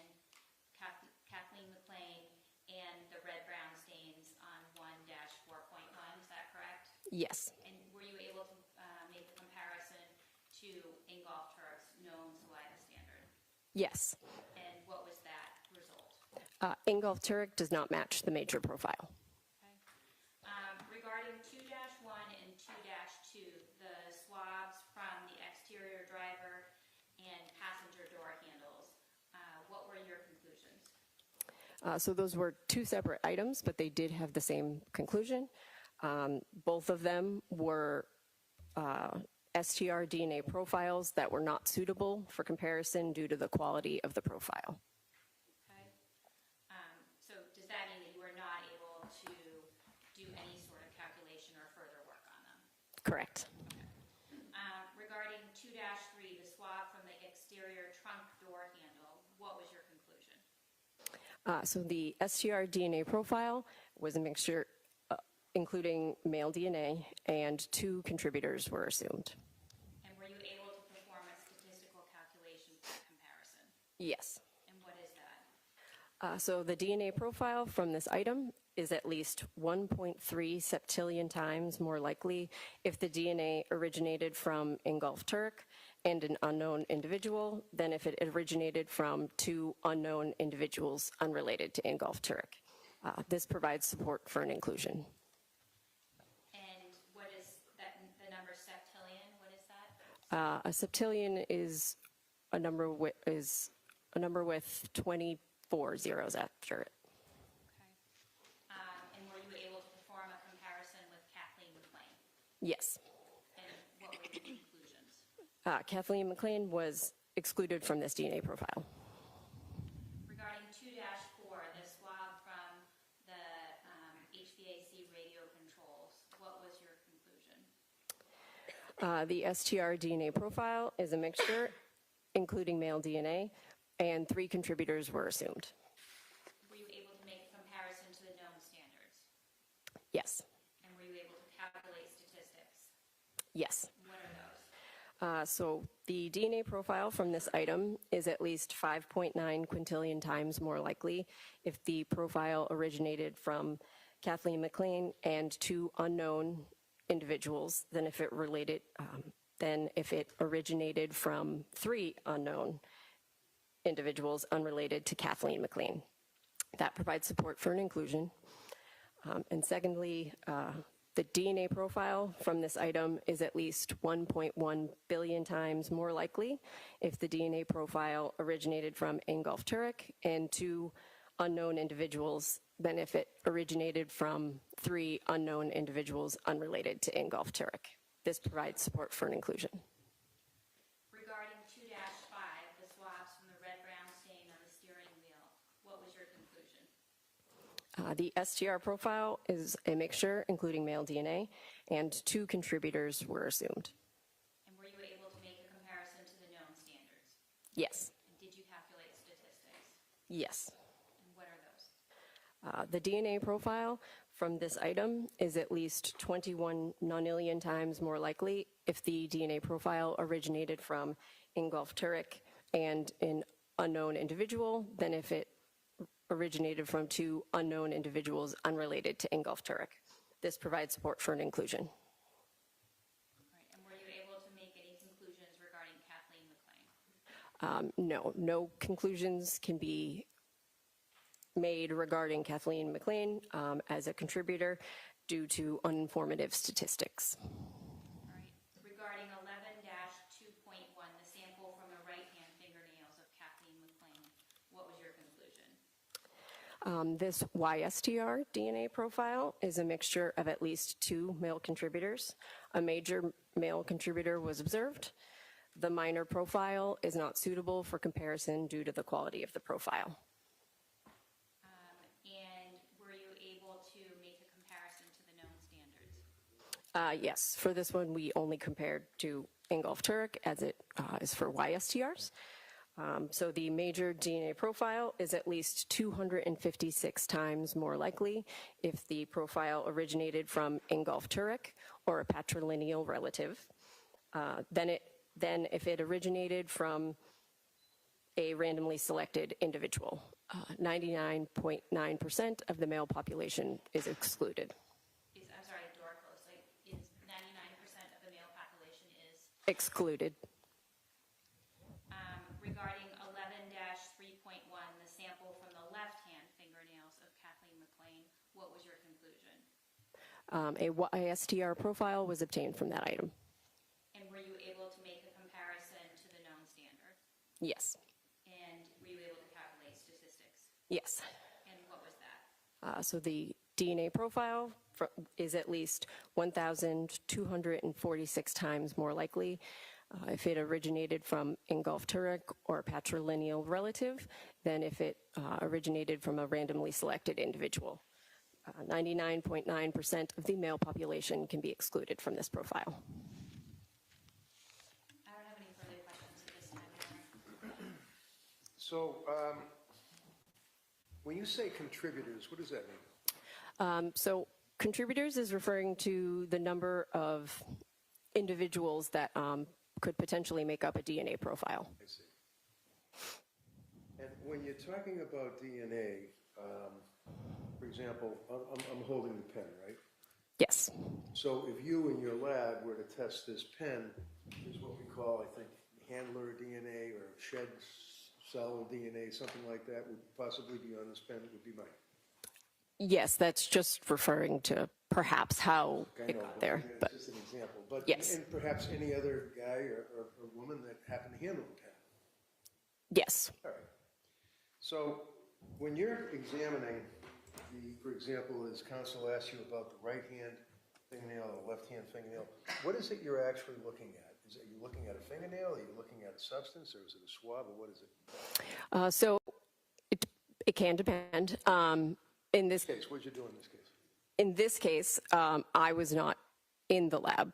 I was the interpreting analyst, so I did not look at the physical sample itself. I review the DNA profile that's obtained during the testing. So my point is that as a tester, whether or not you're the interpreter or somebody else apparently is the actual tester, you don't know what you're testing. It's basically a swab that's examined, right? Yes, it can be a swab, it can be a cutting, depends. Okay. Do you know whether it was a swab or a cutting in this case? If you know. I do not, I would have to refer to my file to get that answer. Okay. Do you have that with you, or Yes, I can. is that something you can do quick, or is Yes. it a big file? Let's see. Item number 1-11-1131. Those are swabs. So you don't know, for example, if it's like blood or skin cells, or it's a swab that was tested, right? Yes, And on the right hand, if I understand correctly, fingernails, the swab from the fingernails, there were 2 male contributors, right? yes, This was the YSTR testing, and again, forgive my ignorance, but the YSTR would be if it's a guy, if it's a male, right? yes, As opposed to regular STR, which could be a female or a male. correct. So, for example, the right hand had DNA from the swab from 2 male contributors, and you knew that Ms. McLean and Ingolf Tuerk were married, right? I don't know if I knew that, but now I do. How about if a husband and a wife have sex, they're in the shower, and they're having sex in the shower, they're having sex on the bed, they're having sex somewhere. You get DNA on your fingernails, correct? Potentially. The left hand, again, there was determination that would be one male contributor, or was it 2 male contributors? It was a single source profile, so 1 contributor. So under the right hand or the left hand, you have swabs. On the right hand, 2 male contributors, and Ingolf Tuerk is included in both as far as underneath the fingernail, correct? Yes, And you went on with the septillions and gazillions and nonillions and all the rest of it. For example, as you were testifying to the examination of the Jeep, you were aware that that was a white Jeep that was Ingolf's car, it was his car? Did you know that? all I know is that it has mass registration 4LC133. All right. If I suggest to you that that's Ingolf Tuerk's car, it wouldn't be unusual for him, for example, on the exterior trunk to have his own DNA on his own car trunk, right? Correct. And I probably have my DNA, Judge probably has his DNA on his trunk. I mean, everybody's got DNA in their car parts, right? It is likely that your DNA is on your own items, yes. Exterior trunk, you did determine that it was Ingolf Tuerk and 2 contributors to whatever it was. It was a lot of zeros after that. The controls on the dashboard, you noted that there were 3 contributors, could be 3 people in the car that were playing with the radio or the AC or something, right? All I can say is that there were 3 contributors to that sample. And the steering wheel also, you had a determination, there were 2 contributors, one of which would be Ingolf Tuerk and his car, correct, to the steering wheel? He was compared and included. Okay. And then looking at the bed, you made reference to what you determined to be the swab, or the cutting, I think, from the blood, what appears to be blood on the bed. You noted that there were 3 contributors to that? Yes, 3 contributors for 1-4.1. Okay.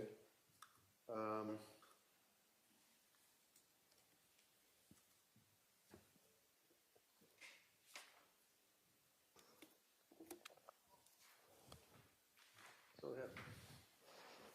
Nothing further. Okay, you may step down, thank you. Thank you.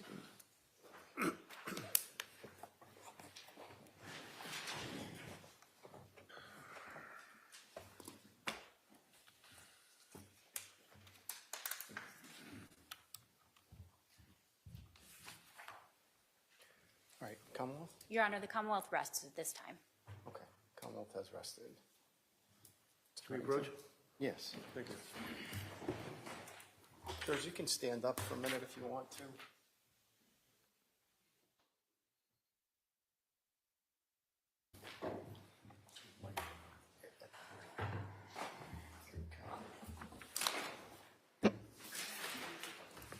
So the Commonwealth has rested. Members of the jury, Mr. Reddington? Yes, thank you, Judge. Could I have Richie Kovitz? He's right outside. I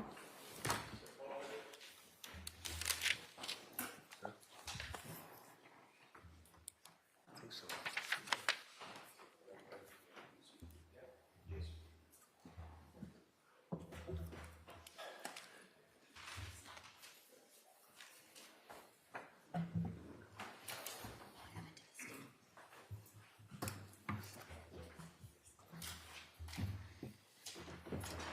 Raise your right hand.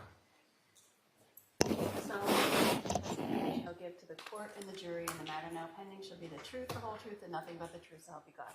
I do. Thank you. Good afternoon, sir. Hi. Good afternoon, sir. Tell us your name and spell your last name. Richard Kovitz, C-O-V-I-T-Z. And you're doing good, but I want to make sure that you project your voice so loud you can hear as well. Okay, Richie, want me to do it again? No, that's all right. Okay. Yeah. Where do you live, sir?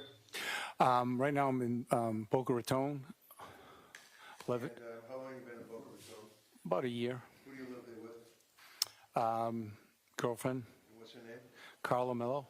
Now, do you know Harry Tuerk? I do. Tell the jury how you know Harry Tuerk. I met Harry years prior to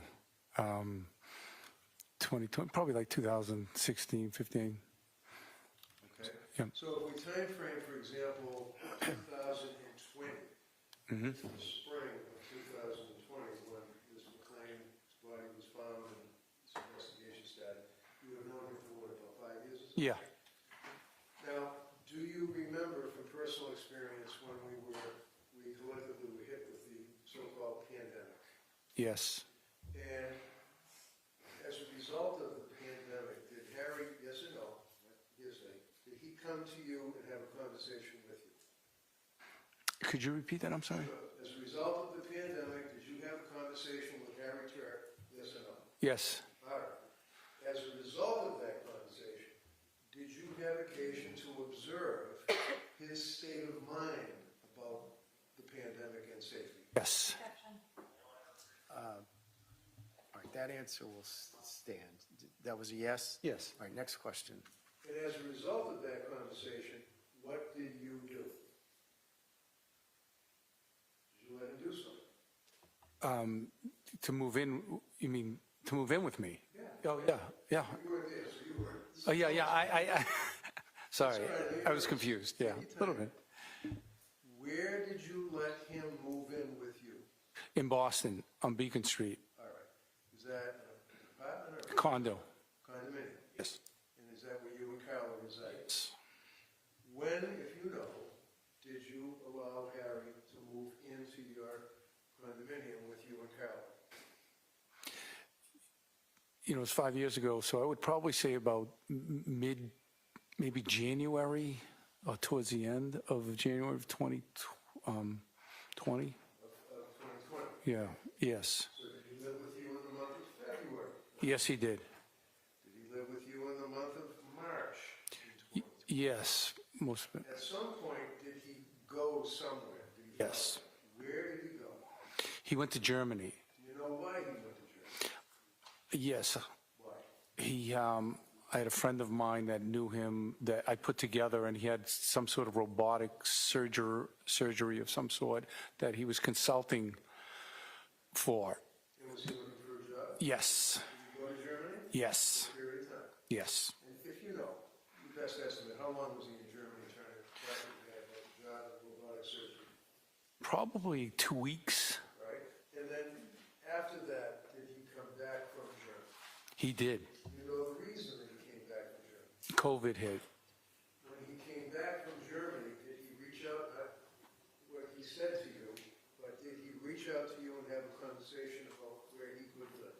Yes. And did you welcome him back into your condo again with Carol? Absolutely. Was he able to live with you and Carol? No. Why is that? Because my board, the board of the condominium association was, you know, COVID just hit, so everybody was panicked about it. and they were just frightened about anybody coming in and out of the condominium at that time, especially from, I guess, from overseas. They made an excuse, so I was trying to be, nice about it and said, Harry, can you find a place to live for a little bit? I didn't know how long it was going to last. So he was not, because of the condo board, he was not able to live with you and Carla again, correct? Correct. And did he have his own home that he could live at? Yes. No. No. Did you know that ultimately he ended up leaving Massachusetts and going somewhere? Yes. Where did he go? He went to Florida. Do you know where he lived in Florida? No. Okay, do you know, was it a condo, was it a house? There's a trailer. Trailer. Did you stay in touch with him during that period of time that he was living in the trailer in Florida? Yes. Did he share with you his fear and concern about the pandemic? Yes. Did you, Okay, overall, that may stand. Next question. did you, at some point, did you ever, in 2020, see him again?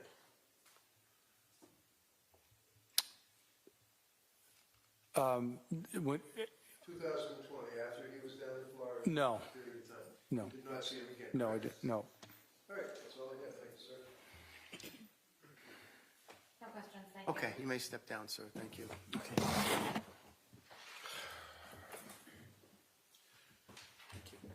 Can we do Mr. Okay? Your Honor, this is the gentleman that's on Zoom. He's in Florida. All right, so jurors, we're going to have the next witness by agreement on Zoom. So you're going to see the next witness on the screen here, assuming our technology works. And it's just as if the witness were on the witness stand right here. If you have any trouble seeing or hearing, just raise your hand and we'll try to rearrange things. Can we just do a sound check first to make sure like, just where the sound's coming out of and all this good stuff?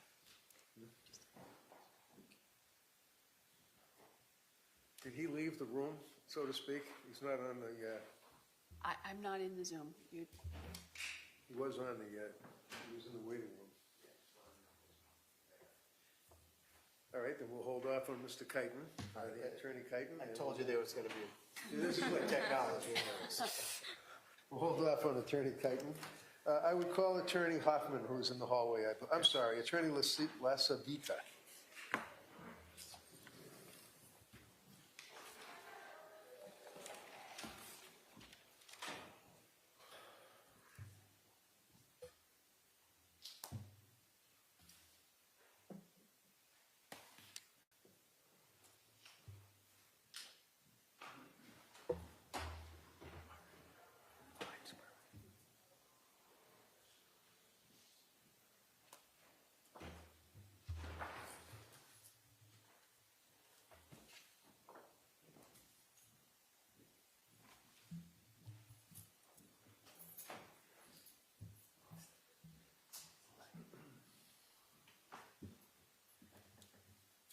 Do you solemnly swear that the testimony you shall give to the court and the jury in the matter now pending shall be the truth, the whole truth, and nothing but the true self you got? Yes. Good afternoon. Good afternoon. Good afternoon. Would you tell us your name, please, and spell your last name for the record? Keep your voice up so all the jurors can hear you. Yes, Mary Lasavita, and that's spelled Lascivita. And what do you do for work? I'm a divorce attorney. And where's your office? It's about a mile and a half down the road in Dedham. In Dedham.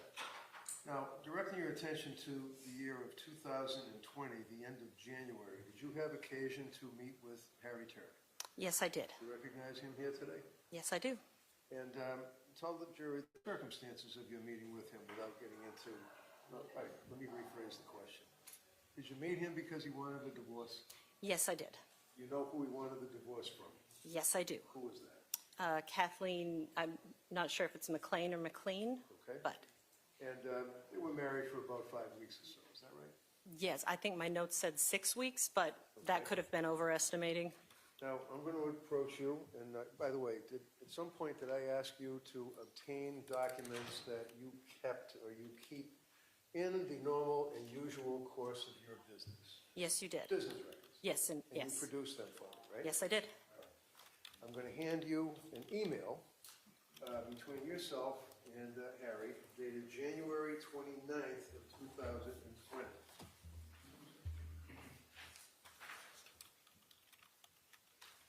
I have provided, just so you know, I have provided that to you.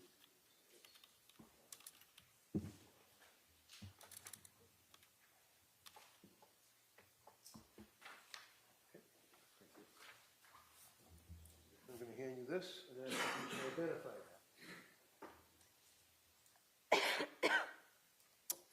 Yes, so this is an email that I had sent to Mr. Tuerk, just confirming our consultation, where it was, directions to my building, things like that. And what's the date on that? January 29th, 2020. Put off of that, Your Honor.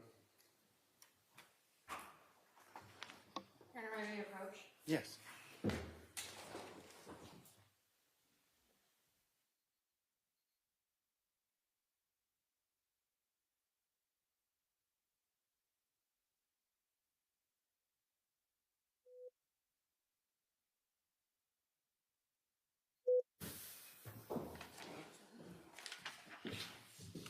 So jurors, we're going to break for the day. I have to discuss some matters with the attorneys, and it's getting close to 2 o'clock. Please be here at 9:30. You'll need to be here at 9. Make sure you're here by 9:30. It is going to be a full day. As of right now, plan for Wednesday to be a full day as well. You are very likely to get this case to begin your deliberations late Wednesday, more probably on Thursday. Okay, that's the schedule. Please remember all of my instructions. Okay, you need to keep an open mind. You have not heard all of the evidence yet. You need to avoid contact with anybody having anything to do with this trial. You cannot talk about this case or any other case in this building with anyone, including among yourselves. So as you're walking out together, you can talk about the awful weather we've been having or anything else, but you cannot talk about this case or any other case in this building. You cannot do any independent research, okay? So you can't go visit any of the places that we've heard about during the course of this trial, any of the places that we've already visited during the course of this trial. Okay, you need to avoid looking anything up or searching for any information by way of the internet or any other means, including the TV, radio, etc. So to the extent you hear anything about this case or any other case in this building, you are to immediately click off of it, turn the TV or radio off, etc. Okay, with that, I'm going to wish you a good afternoon, and we will see you tomorrow at 9:30 a.m. All rise, please, Jurors.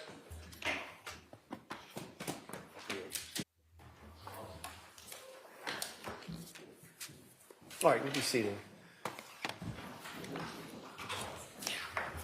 So with respect to the emails, what I would ask you to do is talk to one another about the emails, see if you can come to some kind of an agreement, or at least cull the ones out that you're not objecting to, that go to timeline. If you have substantive objections, obviously. I did that this morning with Okay. I can hear you in the morning on the email issue as well, and the Dr. Zeisel law dare at 9:30. Yep. Okay, anything else that we need to Did I have discuss? Zeisel here at 9:30? Well, he'll be here at 9 anyway, so. No, 9. So we're doing Zeisel first before we do Yes. the letters, okay? All right, any other issues? Did the defendant's medical records go in? I No. offered them, but they haven't gone in yet because we did have some, I have them. But my point is, they're going in by agreement. It's just a matter of making sure, because of the fact that Norwood Hospital is no longer in business, you want to make sure that you have a complete copy of the records. I think we have as complete a set as we're going to get. I gave a set to Mr. Reddington with proposed redactions today, flagged for him. Once he reviews them, then we can All right. make the redactions and submit those as an agreed exhibit. Okay. All right. And you have witnesses lined up tomorrow? I do. I can. You could potentially finish tomorrow. If they finish cross-examination of Dr. Tuerk, yeah, but I'm assuming it's going to take, maybe go over to the next day. Okay. All right. Anything else before tomorrow? Do Oh, either side have any proposed jury instructions? can I just, before we talk about the jury and check? Yes. It is my understanding, though, regarding Mr. Chiton, that we're only talking about issues relating to the deed and the timing of the deed signing. Yeah, I've sent him copies of the text. I've given the government copies of the text. It's just going to include that. The stipulation, I'll read in first thing. If you just remind me tomorrow morning, I'm happy to read it in, or one of you can read it in. It doesn't really matter to me. Thank you. All right, anything else? Nope, thank you. Okay, thank you. So we'll see you at 9 a.m. All right. Thank you. All rise.